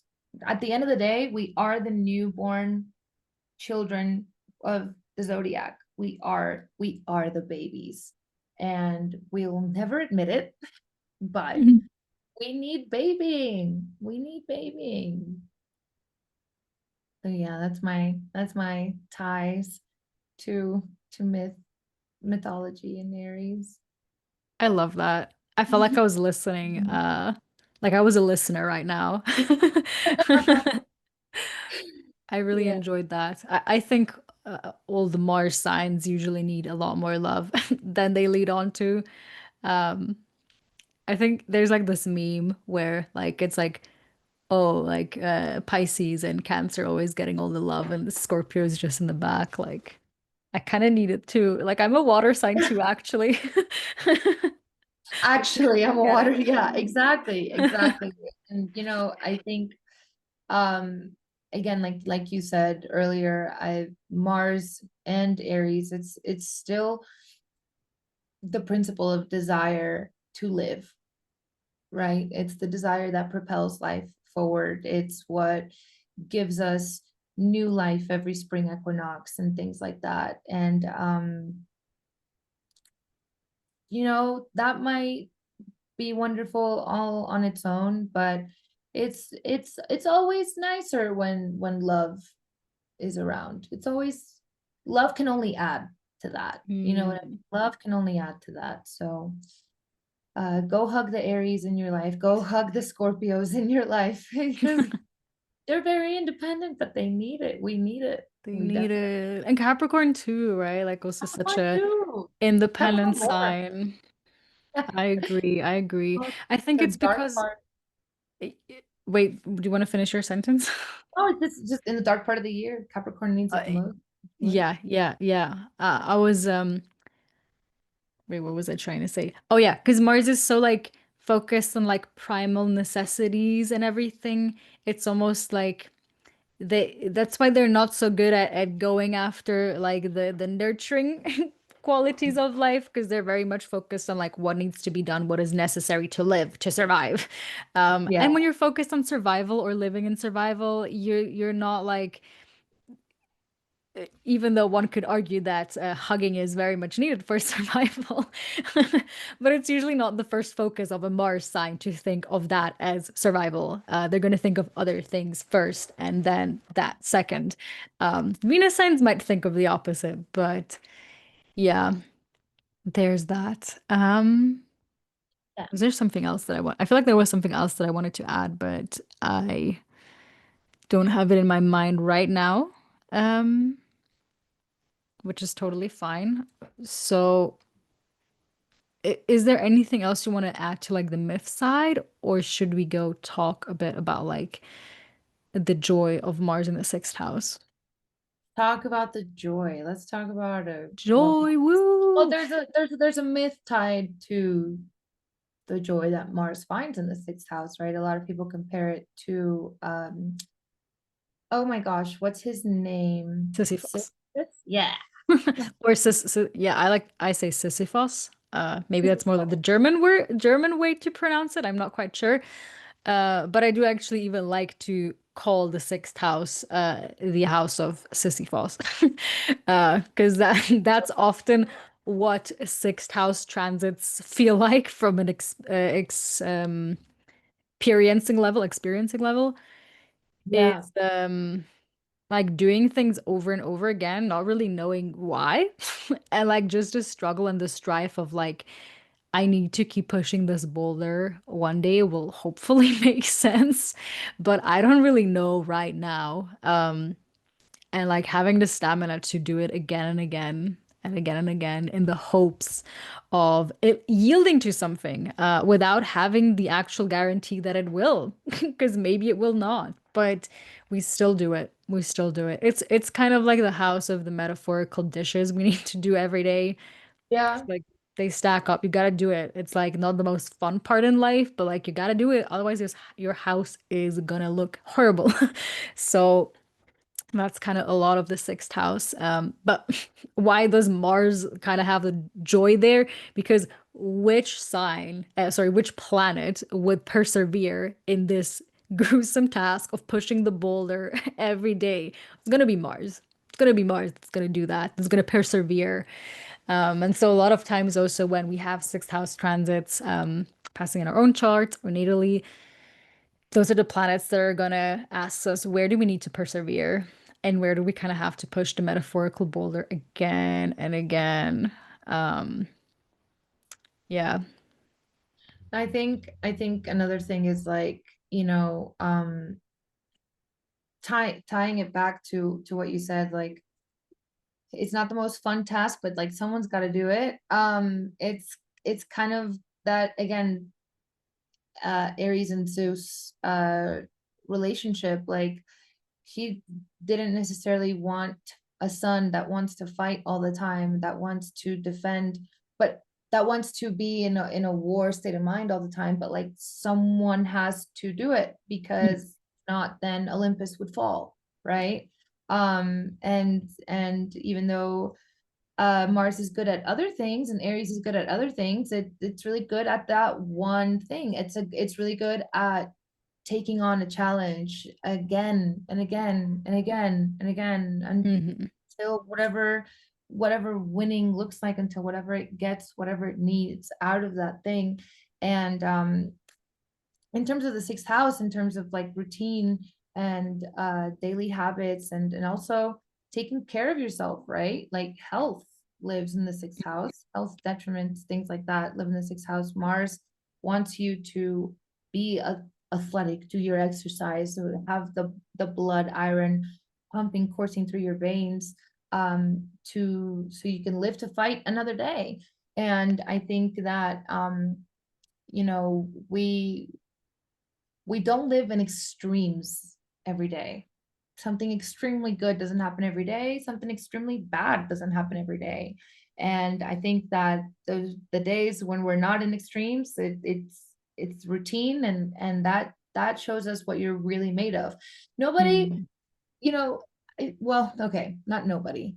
I guess there's two sorts of senses of rewards that we can get as humans. So like you can look at it like, holy crap, I've been going to the gym every day for 6 months, and that is super rewarding, right? As well as like, holy crap, I went through this horrible adversity, and I made it, and I got over it, and I came out the other side stronger. They're both Mars. They're Yeah. both perseverance. They're both the warrior in you that was able to like stick to something every day and Mhm. as well as like overcome this huge, like you said, earlier, video game monster level, Yeah. whatever. Yeah. They're both, you wouldn't be able to do the big adversity if you didn't go through daily ritual-esque adversities as well, or routines. And I think that that's where Mars shines, and the reason why it does so well in that house. Yeah. Yeah. It's also the sixth house. I mean, I did a whole podcast episode on the sixth house, so this is not about the sixth house itself, but the sixth house also has to do with like uh travel. In that case, just travel that is not really comfortable, which is something like going to the hospital or going to the doctor's office to check something, or maybe even going to war, literally or Yeah, metaphorically. That would definitely be a description of the sixth house. And so you got to be equipped for that. And Mars is about like injuries as much as it also is about ailments, just as much as the sixth house is about disease, as much as it is also about health, because it's kind of yeah, the coin, the same coin from different sides. That is the right way to say it. And so as much as it like is a pain in the ass, it kind of also offers a solution in the same regard as well. It can just be it's a struggle. The sixth house, there's a lot of struggle in the sixth house because there's a lot yeah, of figuring out that you need to do. And if you ever had any sort of like disease or illness that is going on for a while, you will know it's a pain and a struggle to go through millions of checkups, to get millions of test results, to see if this food works or if this diet works or it doesn't. And and all millions of people having their own opinions about what you should or shouldn't do. And that's yeah. like so much a sixth house, but also what Mars is good at because it gives you the strength to like persevere through that and gain new strength to like, okay, let's look at it again. Let's see again how we can improve that. Um, because otherwise it would be hard. But I will also say, obviously, if you have Mars in a weakened position in your chart in the sixth house, despite it being in its joy, it could still talk about the struggle of that, of like struggling to upkeep your routines and therefore maybe struggling more with some issues or anything like that, or just having a life that is maybe filled with yeah, dealing with these like type of scenarios where you're taking care of yourself constantly. Like you have to get checkup at the doctor's office every year for something, or maybe you're a caretaker for somebody else in your life, you know, like I'm just thinking randomly, like I don't know, moon in the sixth house, maybe your mother is struggling, so a lot of your life goes into like the service of being there for your mother, which is actually also ding ding ding keyword for sixth house service. Just a lot of people associate that with like something noble, which it can be like it's very noble to take care of somebody else. It's also like hard, like unpaid labor type of hard. Like, what is the reward? Like the sixth house is not a reward house. Yeah. So like I'm doing it for the sake of doing it, and the process is gonna be the reward if there is any. It's not for something higher up there. That's why it is the Sisyphus house, because you keep pushing that boulder. Um, Yeah. yeah. I think before I was into astrology, I mean my whole life I've been sort of a part of the service industry, restaurants, bars, hospitality in general is a domain of mine. And I think that lives in the sixth house as well. Like even though it is a beautiful curated experience, right? Nowadays, um, very few people are willing to survive on a waiter's salary, on a server's wages. You know what I mean? And very few people can take that experience and be a part of it. Like a lot of people can't imagine serving somebody dinner, dessert, or like abiding their every need or or whatever they want. You know, it's hard. It's a hard position to put yourself in, but you know, servers and waiters and bartenders and hostesses, they get in there and they do it. They do the same thing every day. And they do it for Mhm. groups and hundreds and thousands of people every day. And they have to do it with the same smile and they have to do it with the same attitude. And they have to give everybody this very curated experience. And that is strength. That is absolute strength. Um, I think that to talk a little bit about, we have here in our notes the theme of Monday, the sixth house is Sagittarius, which is ruled by, by Jupiter, but Mars loves it there. So it's kind of like this sort of, again, Zeus and Aries sort of relationship that's like, give me your worst and I will prove myself. Give me the Mm. impossible task that you think that I can't do, and I will come out of it a better man, woman, person, Yeah, whatever. yeah, yeah, yeah. I think that, again, the grind, the hustle, all of that, what it takes to make, we all have dreams, right? Venus and Pisces, we all have things we want to accomplish. We all have fantasies of what our life, even, North Node things, placements. We all have fantasies of what we want our lives to look like, but like, are you going to do the work? That's your Mars. How are you going to do it? That's your Mars. What about the tough times, the puzzles, the things you have to figure out? Uh, what tools are you going to use? That's your Mars. Oh yeah. Yeah. I also come from the service industry, even though in a different way, because I was a nurse for a long time. Oh my God, Um, yeah. so, and that's also so, I mean, it's literally treating people with like illnesses and diseases and ailments and everything, which is very sixth house. Right. But again, it's, that work, that job is nobody. does that job for a lot of like gaining money. Like that's not the job that you would do if you want to Right. gain a lot of money. It's like Exactly. purely in a more like service way and like you want to do something good. Even though again, in my opinion, all these service jobs they should be getting paid way more for everything they offer and Way do. I more. don't think there's anybody that's gonna disagree with me.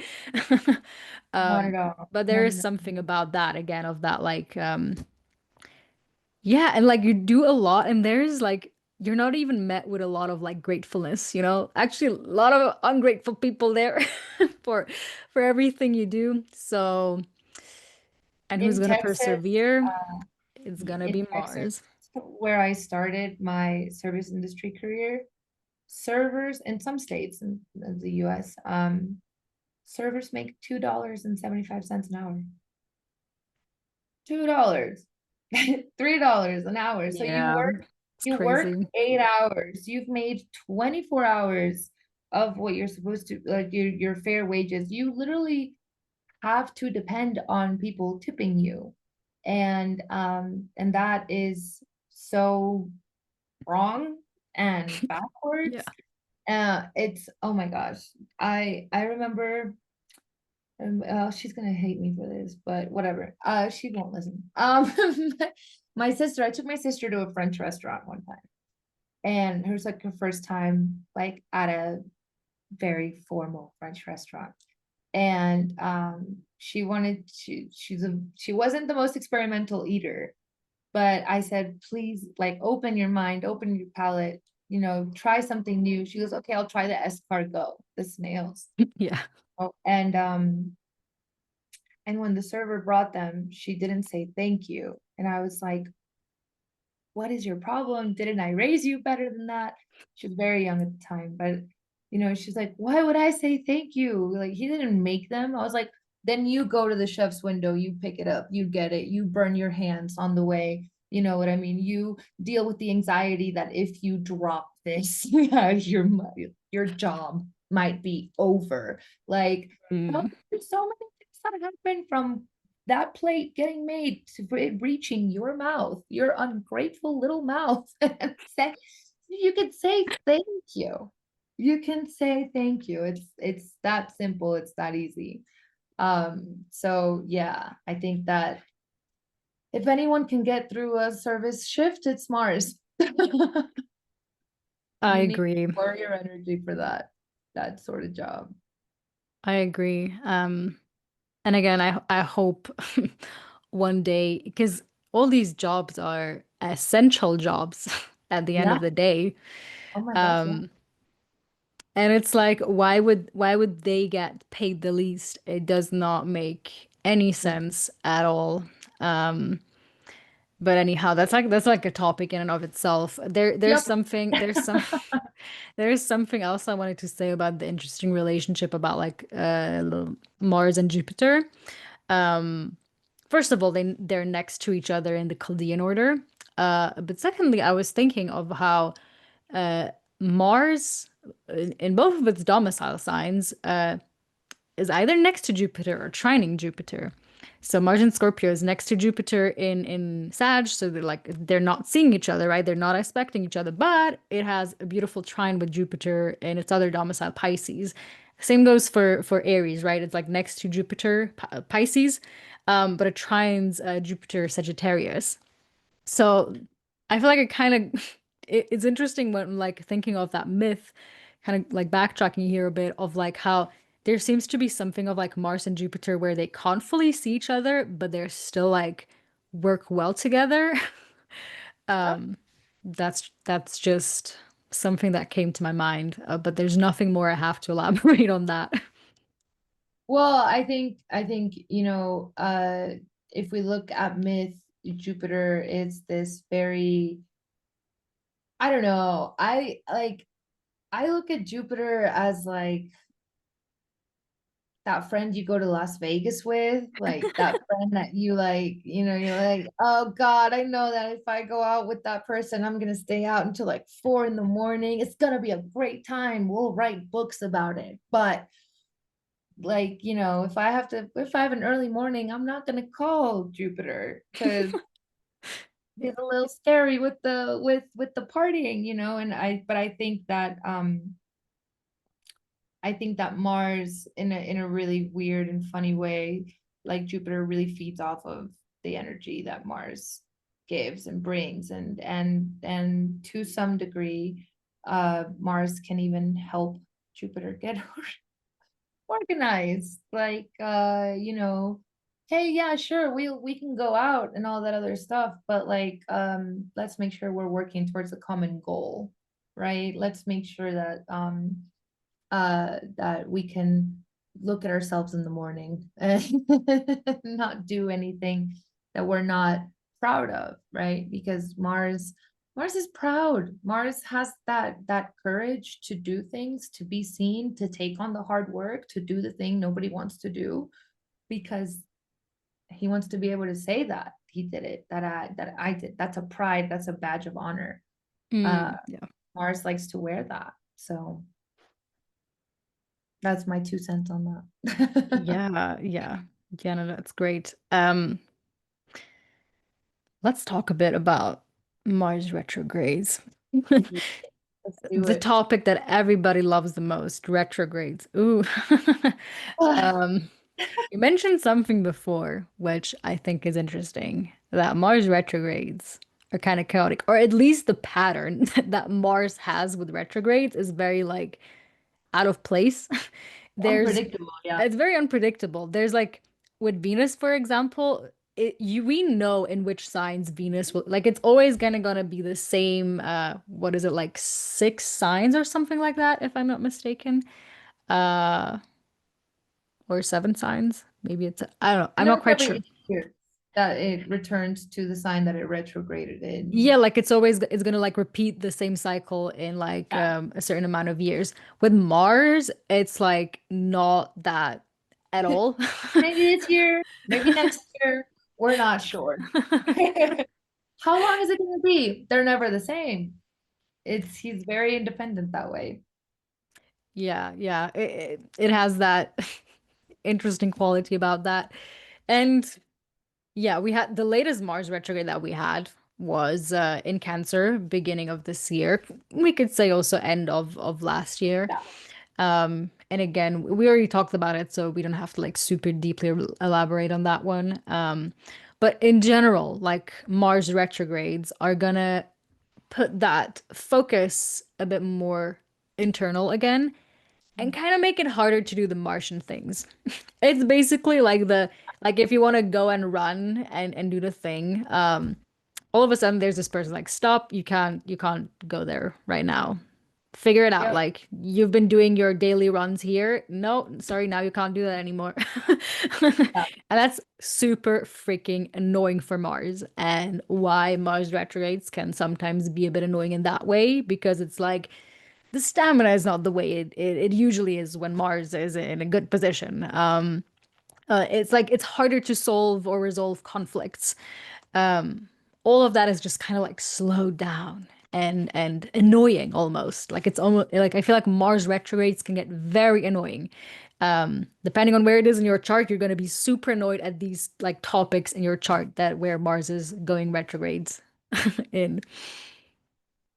Yeah. I mean, for me, it's a total like running on empty. You know, like Yeah. I sleep so much during Mars retrograde. I'm like, I don't have it in me. I don't have the energy to do anything, even if it's the thing I love doing most in the world. It's costing me. And I think, you know, another thing that we all experience with Mars retrogrades, it's like you said, you know, this like stop character. It's like very like physical boundaries, like Mm, very physical boundaries. It's one thing that you can't get out of bed, or like you're a little more sluggish or lethargic, and you just like find it hard to physically do something. It's also just like you keep running into these roadblocks. A street is closed, the stairs aren't there, that door isn't working, and it's just like, oh, annoying is the yeah. perfect word. Annoying is Yeah.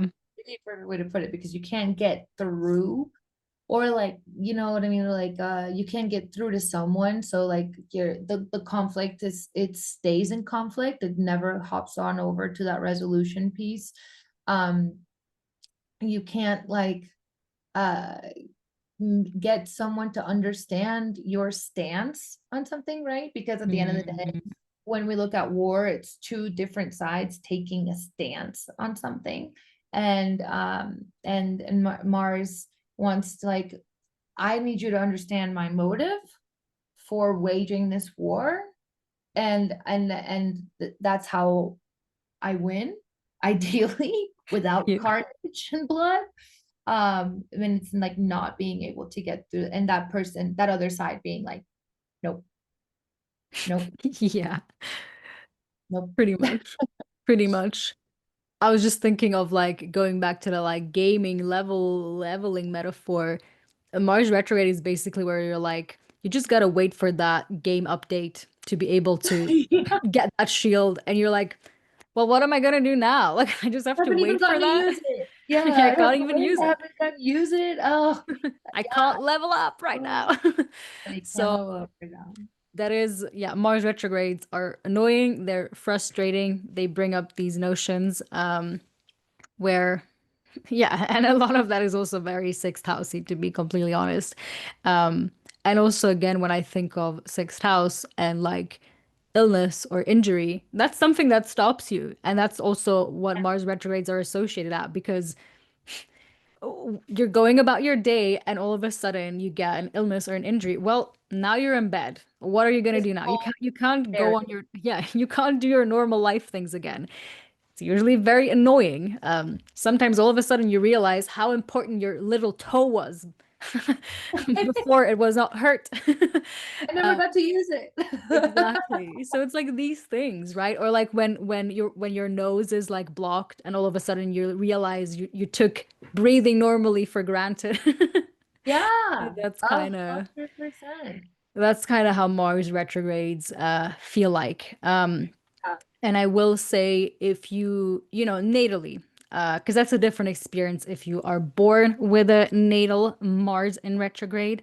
It's usually, even if you have a strong Mars, it can be a Mars that kind of struggles to like direct that energy. Like even if you would have like an exalted Mars in Capricorn, personally, I don't have a retrograde in my chart, but if you would like have it retrograde in your chart, it would just be like the struggle would be like to actually like bring it out, and like do the things. It would like almost have this challenge of like facing a disturbance and like having to like get over that. Like there's like something that is stopping it from like full expression.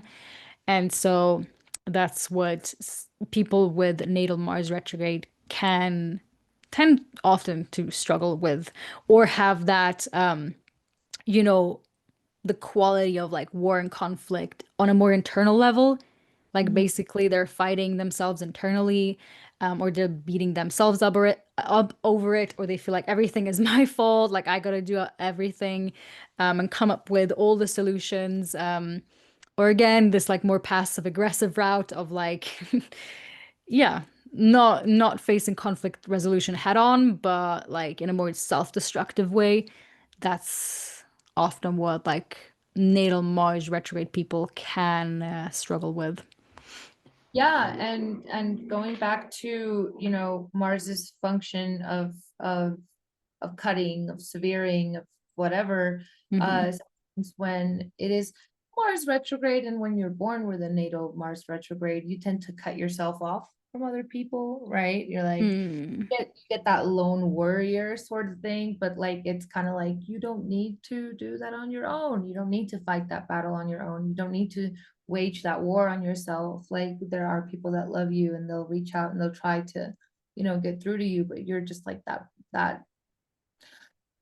no, I'll figure it out. Like people with Mars retrograde in their chart, like have a hard time, you know, going to therapy and like talking Hmm. about their issues with other people. They think that they can do it all on their own, and they can do a lot on their own, sure. But they will just be really shocked when they see how much help it can be to have a loved one listen, or to have a shoulder to lean on, or to put down the the armor, and and Mm. and be a little soft and receive that hug, right? Receive that hug, like let it down a little bit. And then, but that's not to say that, Mars retrograde periods can't be constructive. They, we go back to retrogrades in general. You think of all the rewords: reassess, rebuild, restructure, rethink, redo, Yes. Yes. revise. And they do, I don't know, but like people, armies do this in war all the time. Take a step back. Let's reassess the strategy. Are we going about that the right way? We lost 300 men back there. We can't afford to lose 300 more. Maybe we need to like really think this through. So Mars is forced to stop and think and be like, maybe there's an easier entrance. Maybe there's less blood Mm. we can spill on the way. Maybe there's a different direction in which to reassess and redirect. Redirect. What a beautiful word for retrograde, right? Redirect Agreed. your energy into something that, oh my gosh, gives you life versus taking it. Mm. Like, Hmm. I don't see, well, maybe a Mars in Virgo, but like Mars is not necessarily a martyr, you know.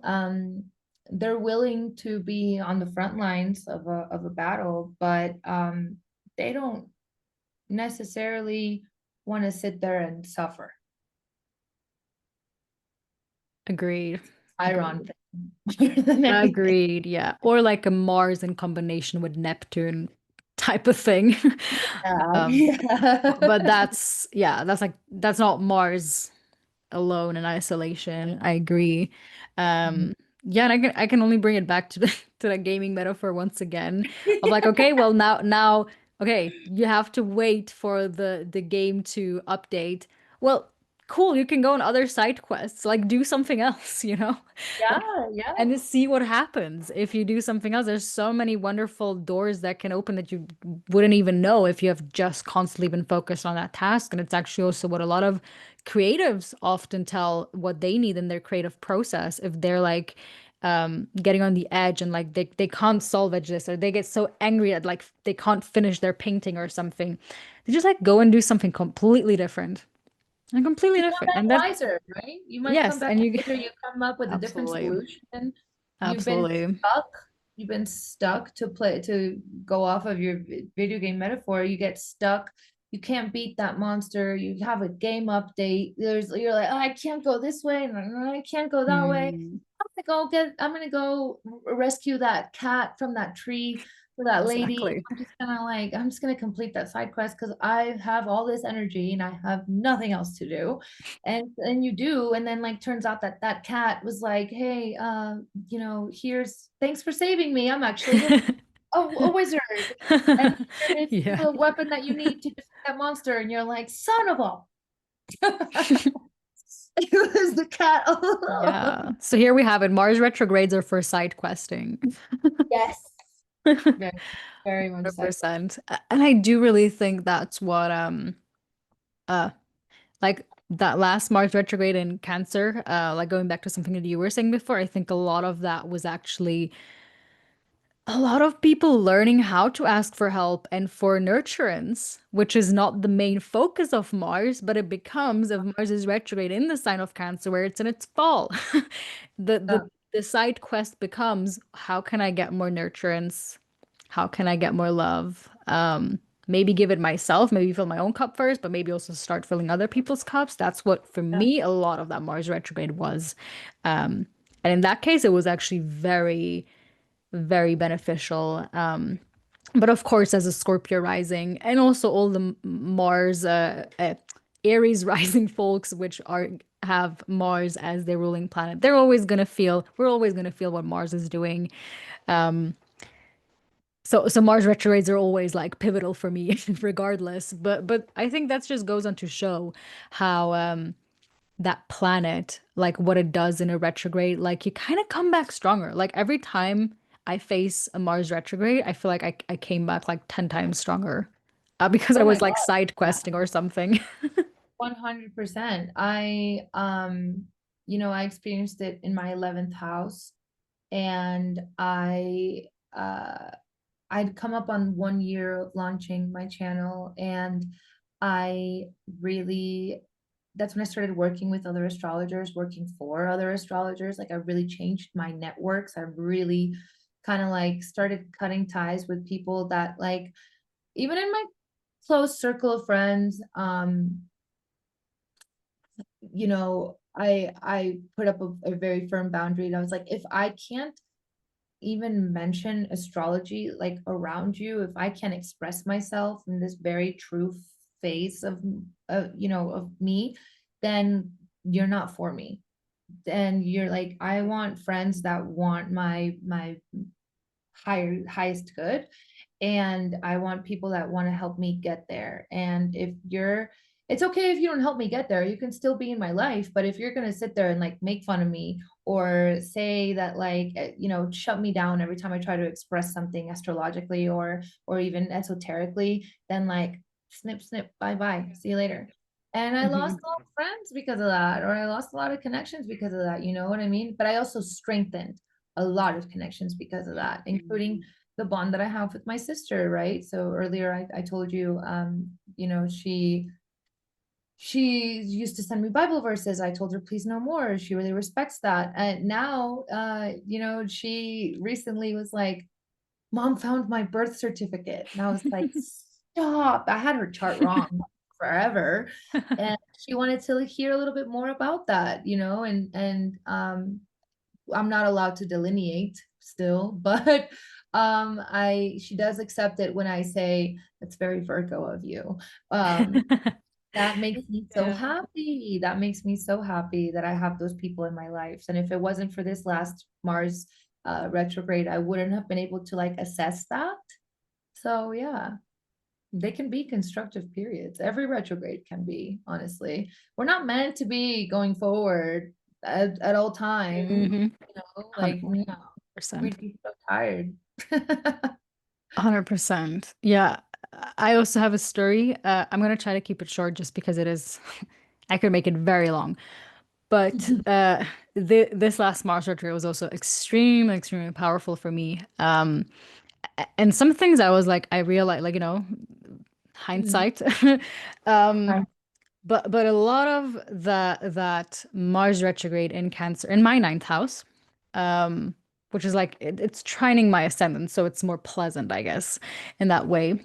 But had a lot to do with me getting my surgery, my endometriosis surgery. And Okay. first of all, surgeries are ruled by Mars. And Yep. there's also this cautionary tale to not get surgeries during Mars retrogrades, by the way.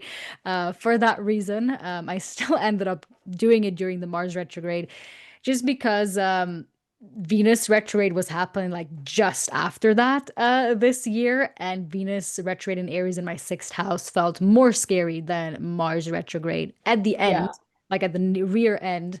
Um, so that's why I went for it. And I feel like, ninth house, there was a lot of like faith I had to have in that whole freaking process as well. Um, but it was like this decision that I made internally. I was trying for years to go the route of like, I don't know, I really wanted to have that moment of like healing that naturally and like changing my thought patterns and then being able to like heal my body internally because I was able to do that with a few things in my life, but everything that I was doing here it just made it like seemingly worse. And I also didn't go to the gynecologist for like 1.5 years because I was just like I'm gonna do it on my own. I'm gonna figure it out on my own. Yeah. Super Martian.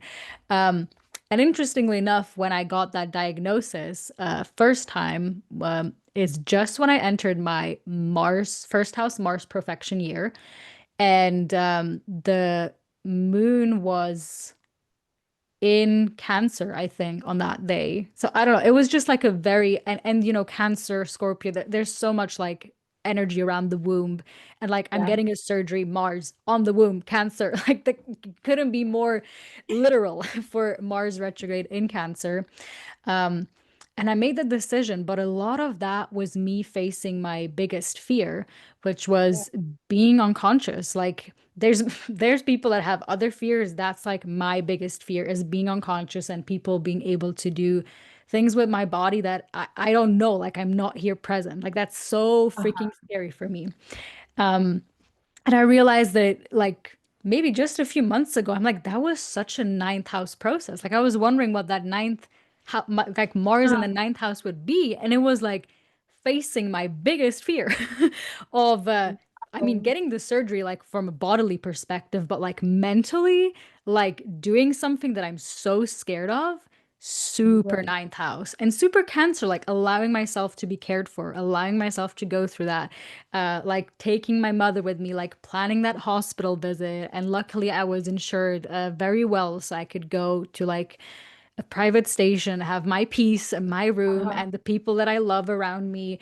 So a lot of nurturance at the end of the day, and that was so. Um, yeah, like Mars in the ninth house, like Mars retrograde in Cancer, specifically in the ninth house. And it still really baffles me. And yeah, at the end of the day, I came out so much stronger, right? Because I faced my biggest fear, because I was like, after that, like, it doesn't really matter because I faced my biggest fear. So, like, I can face anything after Yeah. that. And I actually have this super cool thing here. Let me show because it's like such a Mars quote. That's what I did after my surgery, I believe. What does it It, say? it has the quote of Anna, which says, "Life shrinks or expands in proportion to one's courage." And I was like, after that, like after facing that, I want to face something courageous every week just to like get out of my comfort zone, which is also very Martian, like getting out of your Yes. comfort zone. Um, and so much of my life has completely changed ever since after that surgery. And so no one can say to me that Mars retrograde in Cancer, like in its fall, like I feel like I came out almost unstoppable. You know, it was such an amazing process that involved a lot of hardship, but after that, like definitely changed my life for the better, and I'm so grateful for that experience. So yeah, anyhow, that was Oh, that wow. was part of my story. I love that. No, that Yeah. is a beautiful story and a beautiful lesson for everyone listening and watching for sure. Heck yeah. I really one time I'm gonna do like a YouTube video just for that. But that's for a different time. I think actually this segment, like me talking about all of that, is the perfect segment to like go into Mars in medical astrology, talking about Yes. medical procedures. And Mars in medical astrology actually rules over our immune function, which is, if you think about what that is, it's literally our body's defense system against illness. So, of course, Mars rules over our immune system. It also rules over our adrenal hormones. Why was that so hard to pronounce? And our sympathetic nervous system, which, you know, too, again, is like the body's way of defense against attack. Like if it's real or perceived, that, you know, that's not the question here, but it does something. You know, our parasympathetic nervous system, it's like scanning the environment for threats and being like, do I have to be alert or do I not have to be alert? So it's literally preparing us for being able to attack or whatever your primal reaction is to that. And adrenal hormones make so much sense as well, because these are the hormones that like get put out when we are under stress, which is so Martian, right? So that's what we have there. Um, what else do we have? There's quite a lot of things that I have written down here, but do you want to say something about what I just said or add anything to that? I think I really loved reading, in our notes, how it also like, um our immune system can defend itself by like it defends themselves and it alerts us in different ways, right? Like we don't know what's going on inside of us when we're sick, unless you're like a biologist or whatever, or a doctor. But we do know when our body reacts in a fever, Hmm. or like, oh, something's visibly red, an inflammation of something, like, or um a mound, like when we hit our heads and we have like this big bump over here, and it's like all those things are so Martian. And yeah, it kind of ties into like our body letting us know like there's something wrong here and we need to take care of it. And so let's go do that ASAP, because we're going to be in really bad shape if we don't. um so I think that, especially like, also with like sharp pains, all the like, even of sharp migraine, like I yesterday during the full moon I got like what is known, I hope this is a medical term, I hope this is used in the medical community. I have no idea where I got it from, like an ice pick migraine. No, I'm not sure. I only know the German words for it, to be completely honest.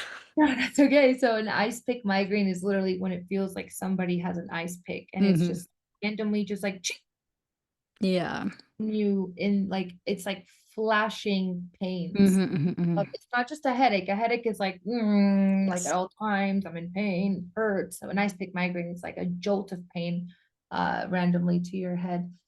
Those are, all those things are painful, but Mars trying to like, let's go do the thing we got to do to feel better ASAP, because again, Mars doesn't like staying in war. Let's feel good Oh at yeah. it.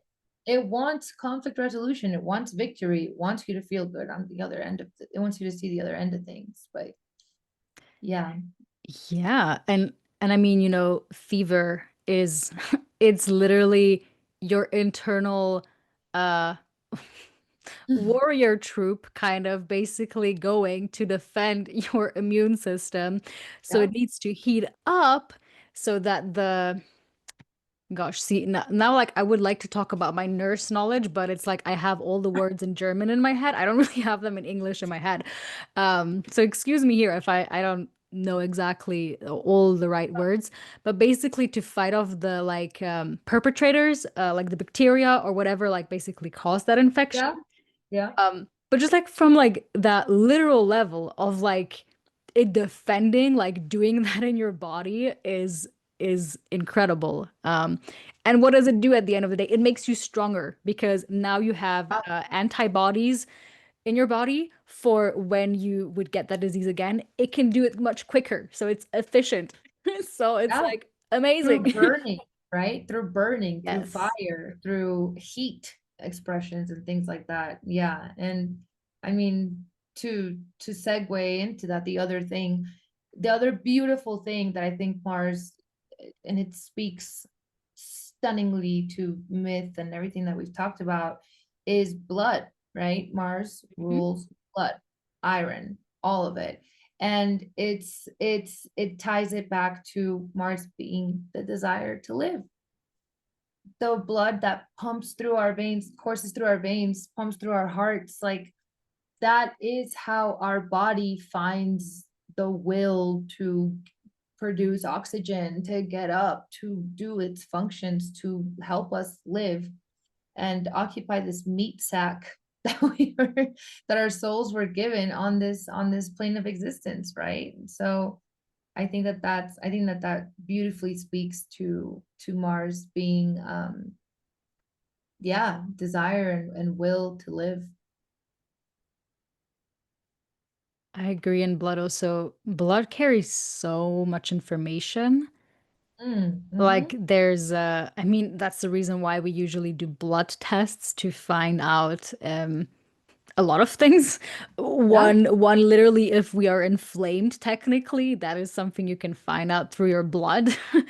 Um, yeah, you know, it's interesting. When I was a nurse, I actually really liked t taking the blood of people. I was really good at that. I was like very Yeah. precise at that. Very Mars Capricorn, I guess. I don't know. Very Scorpio Um, rising.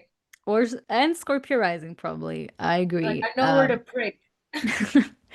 Interestingly enough, my veins are kind of shitty, and I don't like getting my blood taken because people have a hard time finding my veins.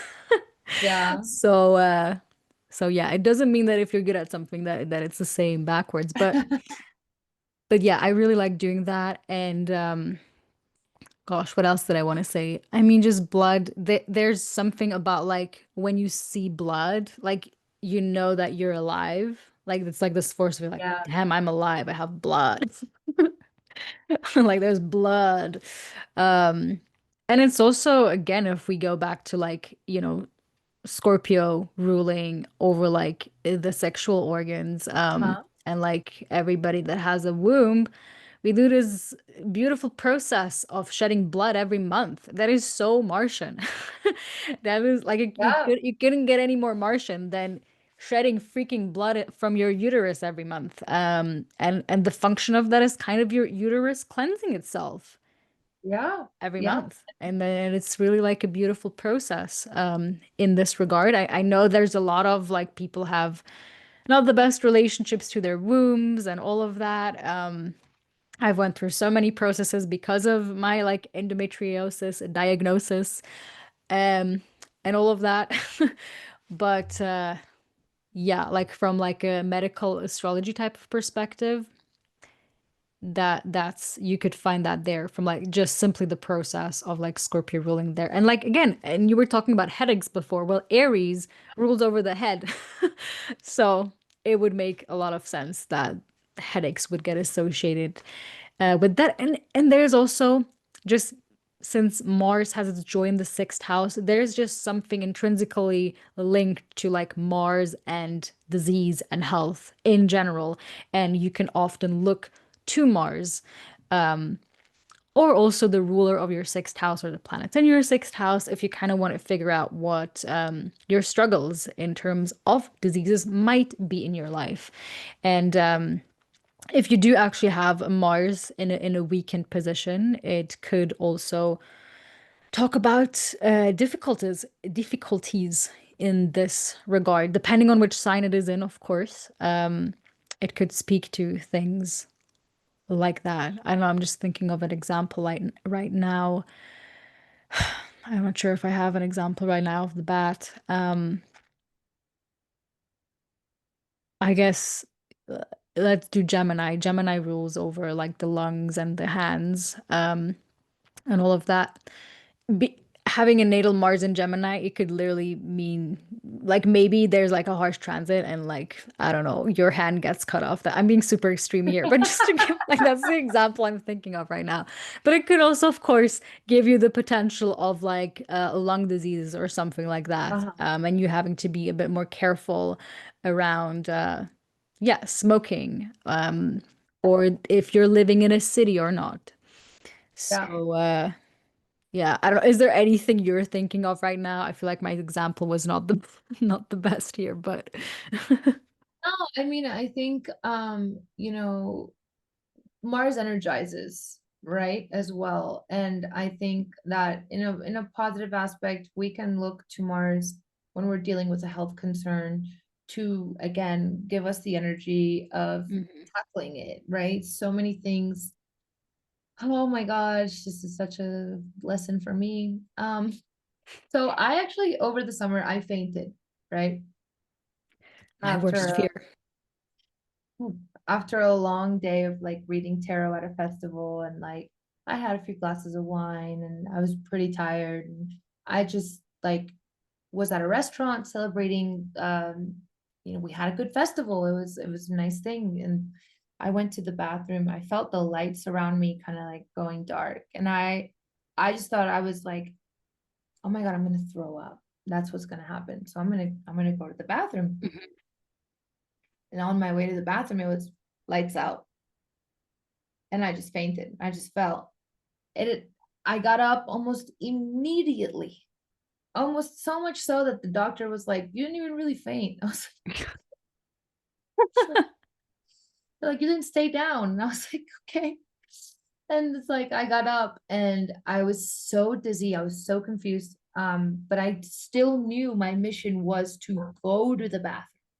And Hmm. so like opened a door, it's not the bathroom, opened another door, it's the bathroom, and I closed it. And I'm like trying to make my way to the toilet, sure as all shit that I'm about to just blow chunks. But I just fainted again. And I hit my head that time pretty hard, pretty hard. And anyway, I was fine. I got up again pretty quickly. Nobody came looking for me. I wasn't gone that long, actually. Again, Mars, survival skills. I got it. I'm gonna do it on my own. Um, but I think we can look to Mars to do the things that we don't want to do when it comes to dealing with our health, right? Like, I hate going to the doctor. I hate going to the doctor. Same. I blame the American healthcare system. That's why I don't live in that country anymore. But I hate going to the doctor. In 2022, I suffered like probably the worst health I've ever had. Hello, Saturn return, nodal reversal. And yeah, my Saturn's in my sixth house in Aquarius. So um basically have this really terrible relationship with going to the doctor. And so I avoid it. I avoid it at all costs, but might use Mars, might need a little help from Mars to energize myself to go do the thing I don't want to do, to get my health checked out. To you're reminding me, I should check in with my gyno. You know, I should do all these things that God, I really don't want to do, but they will be for my betterment. They will be for my health. So it's not all chopping fingers or is getting something stuck through your eyeball with Mars and health Yeah. transits. It's definitely like go do the thing you don't want to do. Go take the tests, go get your blood drawn, go see where your shit's at, internally speaking, because Hmm. it is smart to prepare. Absolutely. Absolutely. I like that. My medical Yeah, for sure. For sure. There's uh interesting fact about Switzerland, I guess. I think the rate of cancer here is pretty high because people here get checkups so often that it actually gets discovered more easily.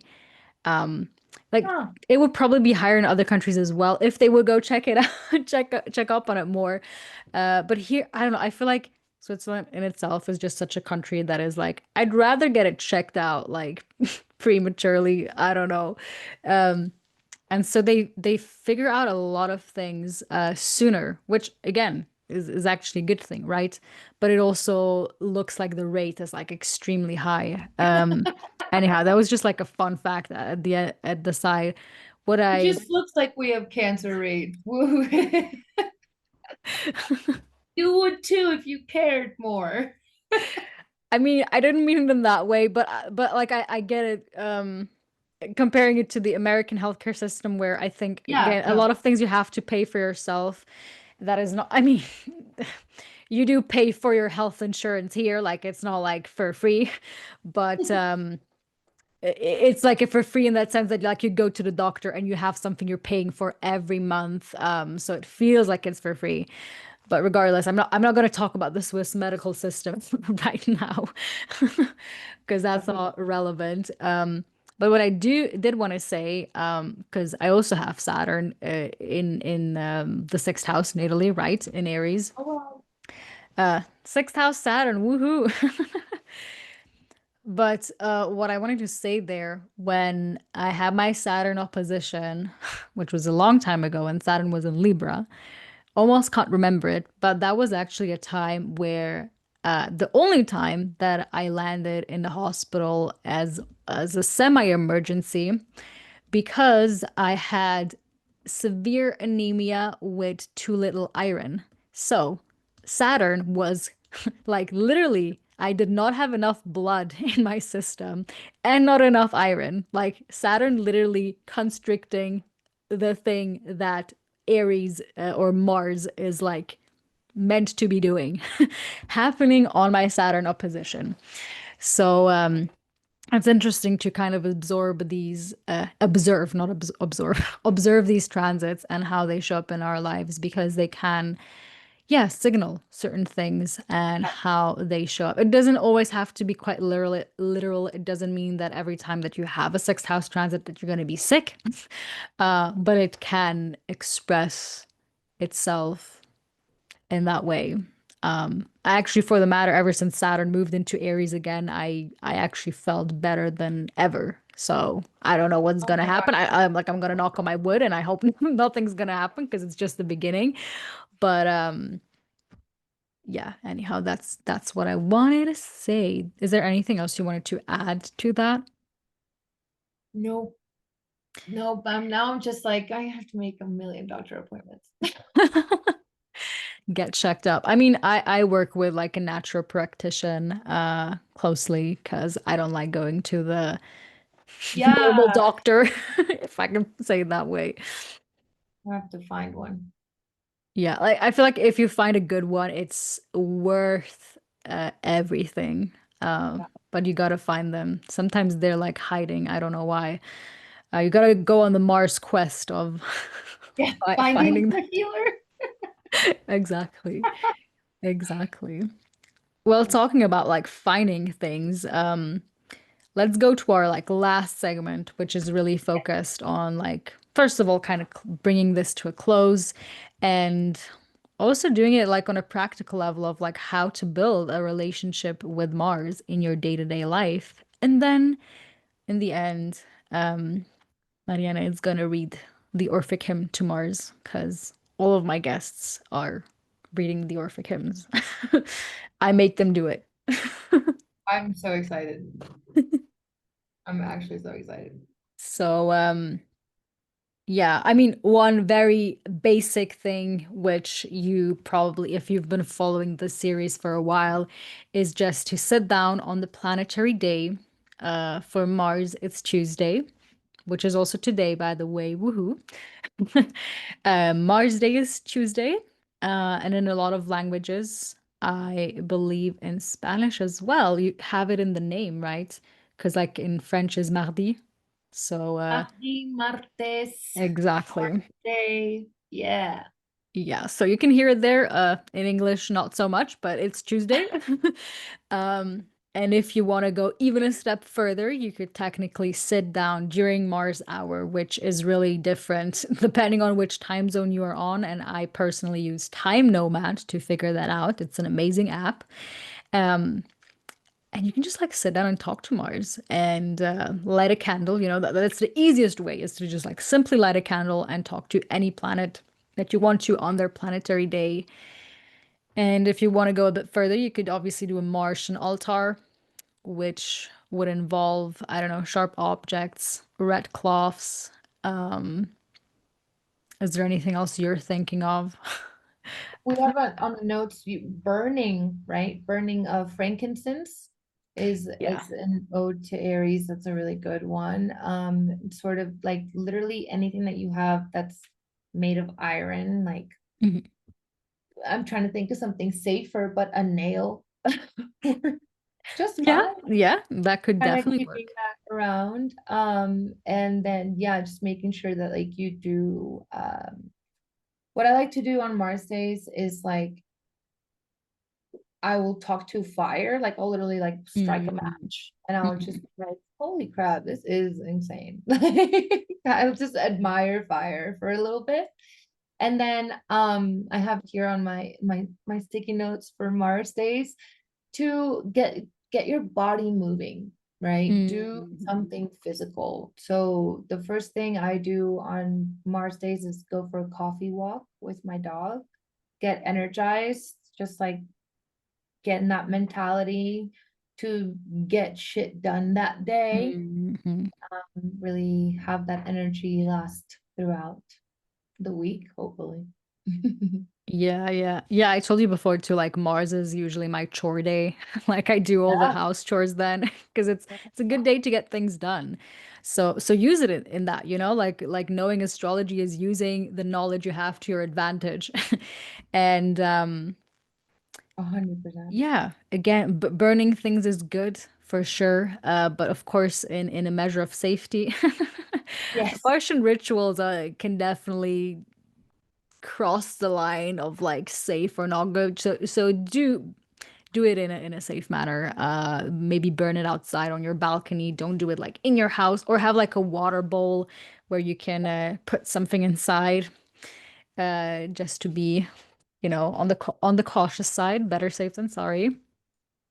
Yeah, another thing Yeah. is like sacred anger, right? Rage Hmm. therapy, releasing those feelings, allowing yourself to like feel them, like maybe write a letter to somebody you've been really angry at, and then burning it and like forgiving that or forgetting that for Yeah. your betterment, and then if you need it, if you absolutely need to do a cord cutting ceremony, Tuesdays, great day, fantastic day. I recently did one, a cord cutting ceremony, and I loved it. I did it on Friday the Yeah. 13th. Yeah. Oh yeah. Yeah, that's definitely like if there's a lot of Martian energy in the air, which again is like this full moon is like perfect for that actually. Mm, Because we also have like Mercury and Scorpio right now. It's like so good for like vocally cutting cords or setting boundaries like with your words and intentions. yeah. So Mars is very good for that. Also like a deity that often gets associated with Mars is the goddess Kali, which you can even ask her for help, like to like cut things through if it's hard for you. There's a lot of like candle rituals where people also do like cord cutting rituals with. Red candles, Yeah. black candles.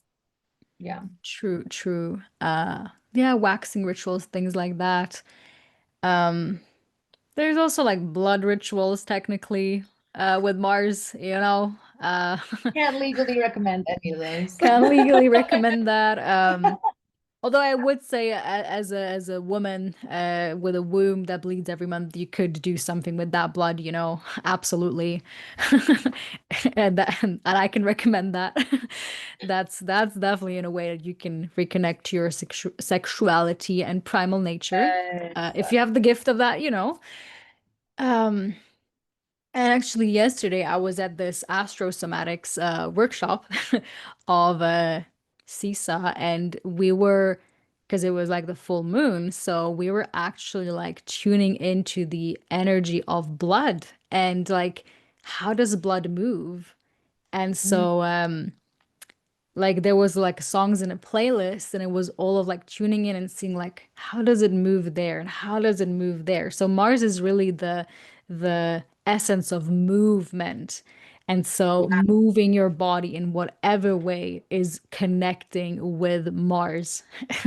It's not standing still, it's movement. 100%.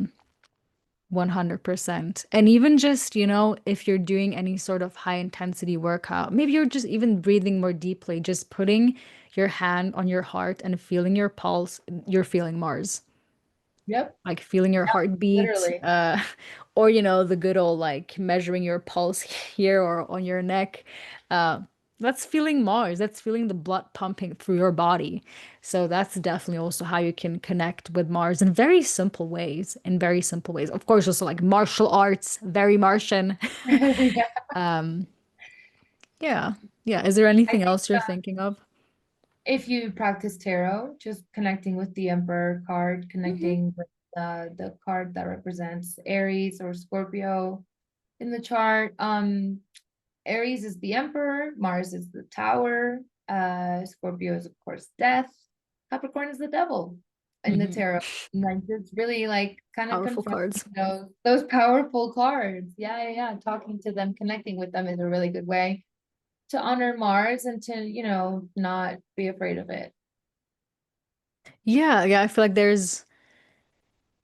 when I was connecting to the planets, I feel like I was the most scared of Mars for some reason. Like I was really scared to connect with Mars. Um, like it was easier to connect with Saturn for some reason. I think Mars was like the last planet I made an effort to connect with. Um, but then once you do, it gets so much easier. It's like almost I was facing my fear of connecting with Mars, and like that was what it did. It like Yeah. made me kind of face that fear in a unironic way. So and I feel like, with Mars, there isn't like so much that you have to do. Like there's like with Venus, I feel like there's a lot of like pleasing and like you want to create this beautiful altar. Like that Mars doesn't necessarily like want that or need that. Mars just likes if you get your shit done. Or So for like him, it's not even that long. It's just like get to the point. exactly. Which is interesting because like the Orphic hymn of Mars is like one of the shortest Orphic hymns from the planet. Like the Venus Orphic hymn is like so long. Um, so yeah, that's what I Exactly. have there. Absolutely. And just, yeah, I want to give people the courage to, yeah, connect to the planets because sometimes astrology can be very scary if you think it's like this thing out there that is happening to you. And it's like, no, you can just go talk to the planets. Like, if you're scared of a Mars transit, go talk to Mars. Like, ask Mars Um, questions. Um, like, get curious about Mars. Mars yeah, isn't like out there to harm you. by doing so, you're being brave, you're being courageous, Yes, right? And that's what Mars honors the most. absolutely. Great. Well, then let's hear that short but spicy Orphic hymn to Mars. 1 second. Absolutely. We want to have that crisp voice. La, la, la, la, la, la. Yeah. Um, okay. So this is the Orphic Hymn to Mars, which is, an approach to a planetary prayer. Um, Here we're using idolastellarum.com. Yeah, yeah. Thank you. Okay. Wow, this is the first time I've said this out loud. Okay.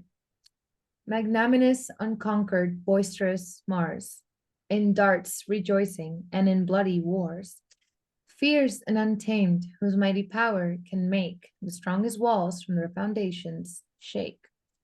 Mortal, destroying king, defiled with gore, pleased with war's dreadful and tumultuous roar. Thee, human blood and swords and spears delight, and the dire ruin of mad savage fight. Stay furious contests and avenging strife, whose works with woe embitter human life.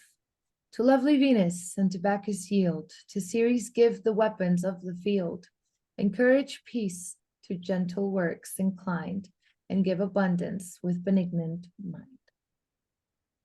Oh, I love Great. that. Great. I actually love that. Yeah, I feel like Encourage peace. Yes. yeah. I feel like the Orphic hymns are just such a easy way to like appease to the gods and the planets. I often just sit down again on like Mars Day, on Mars Hour, and just like, recite the hymn. Like Yeah. nothing more. Like just to like kind of connect briefly. Um, absolutely. So this is the Mars episode, you guys. We Super did it. long one, I feel like. I don't know how long it's gonna be, but I feel like it's one on the longer side for sure. But that's what you get when you have like two Martian people or that have a lot to say with Mars. So where can people find you, Mariana? Yeah, so I am on Instagram only. I'm not of this new generation. I'm not on TikTok. I can't do it. I don't have But TikTok either. it's too much. So I'm on Instagram. I'm conamordemarte with love from Mars right now.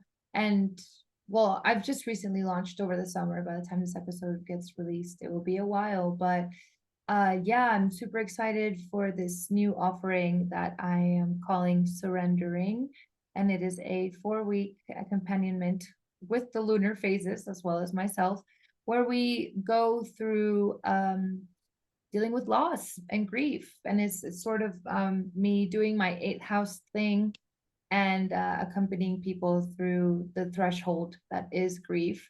And yeah, kind of just be, yeah, your little Mars warrior. Like, let me nurture you, let me take care of you with the moon through some of the hardest things in our life, like experiencing loss of anything. You know, grief isn't Mm. only for the dead.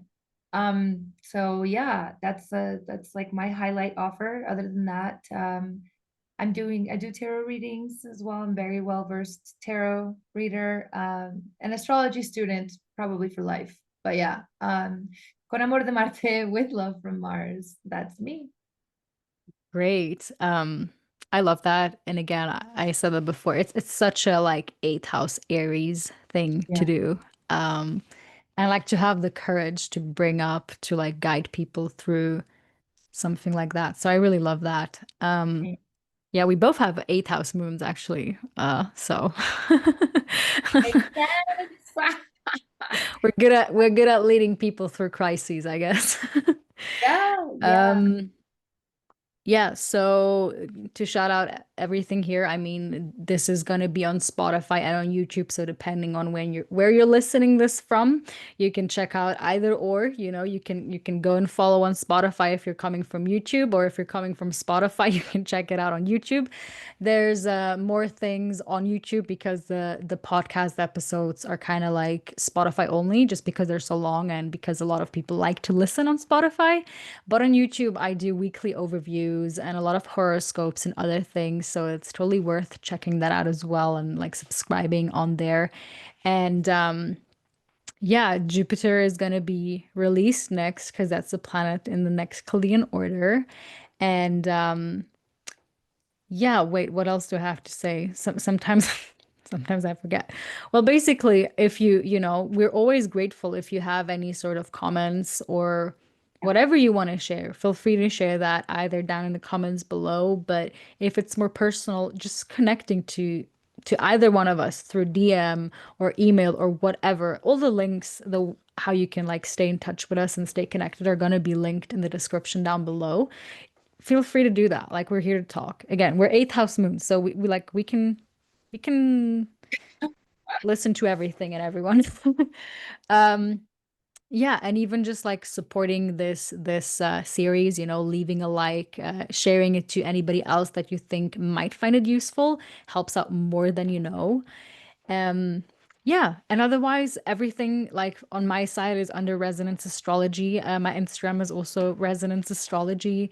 And there's gonna be tidbits of this episode also posted on there. And that's pretty much all I have. Again, my website and all of that gonna be linked down below. Everything you're searching for is gonna be in the description. So, yeah, this is what I have for you guys. I'm super excited if you made it through here. I feel like this is going to be like 3 hours or something. So But rewarding. It's really pushed through. yeah, you Mars. you You did made Mars it. You exactly. did it. So, yeah, anyhow, I have nothing else to say, so I'm gonna say goodbye. Goodbye. Thank you.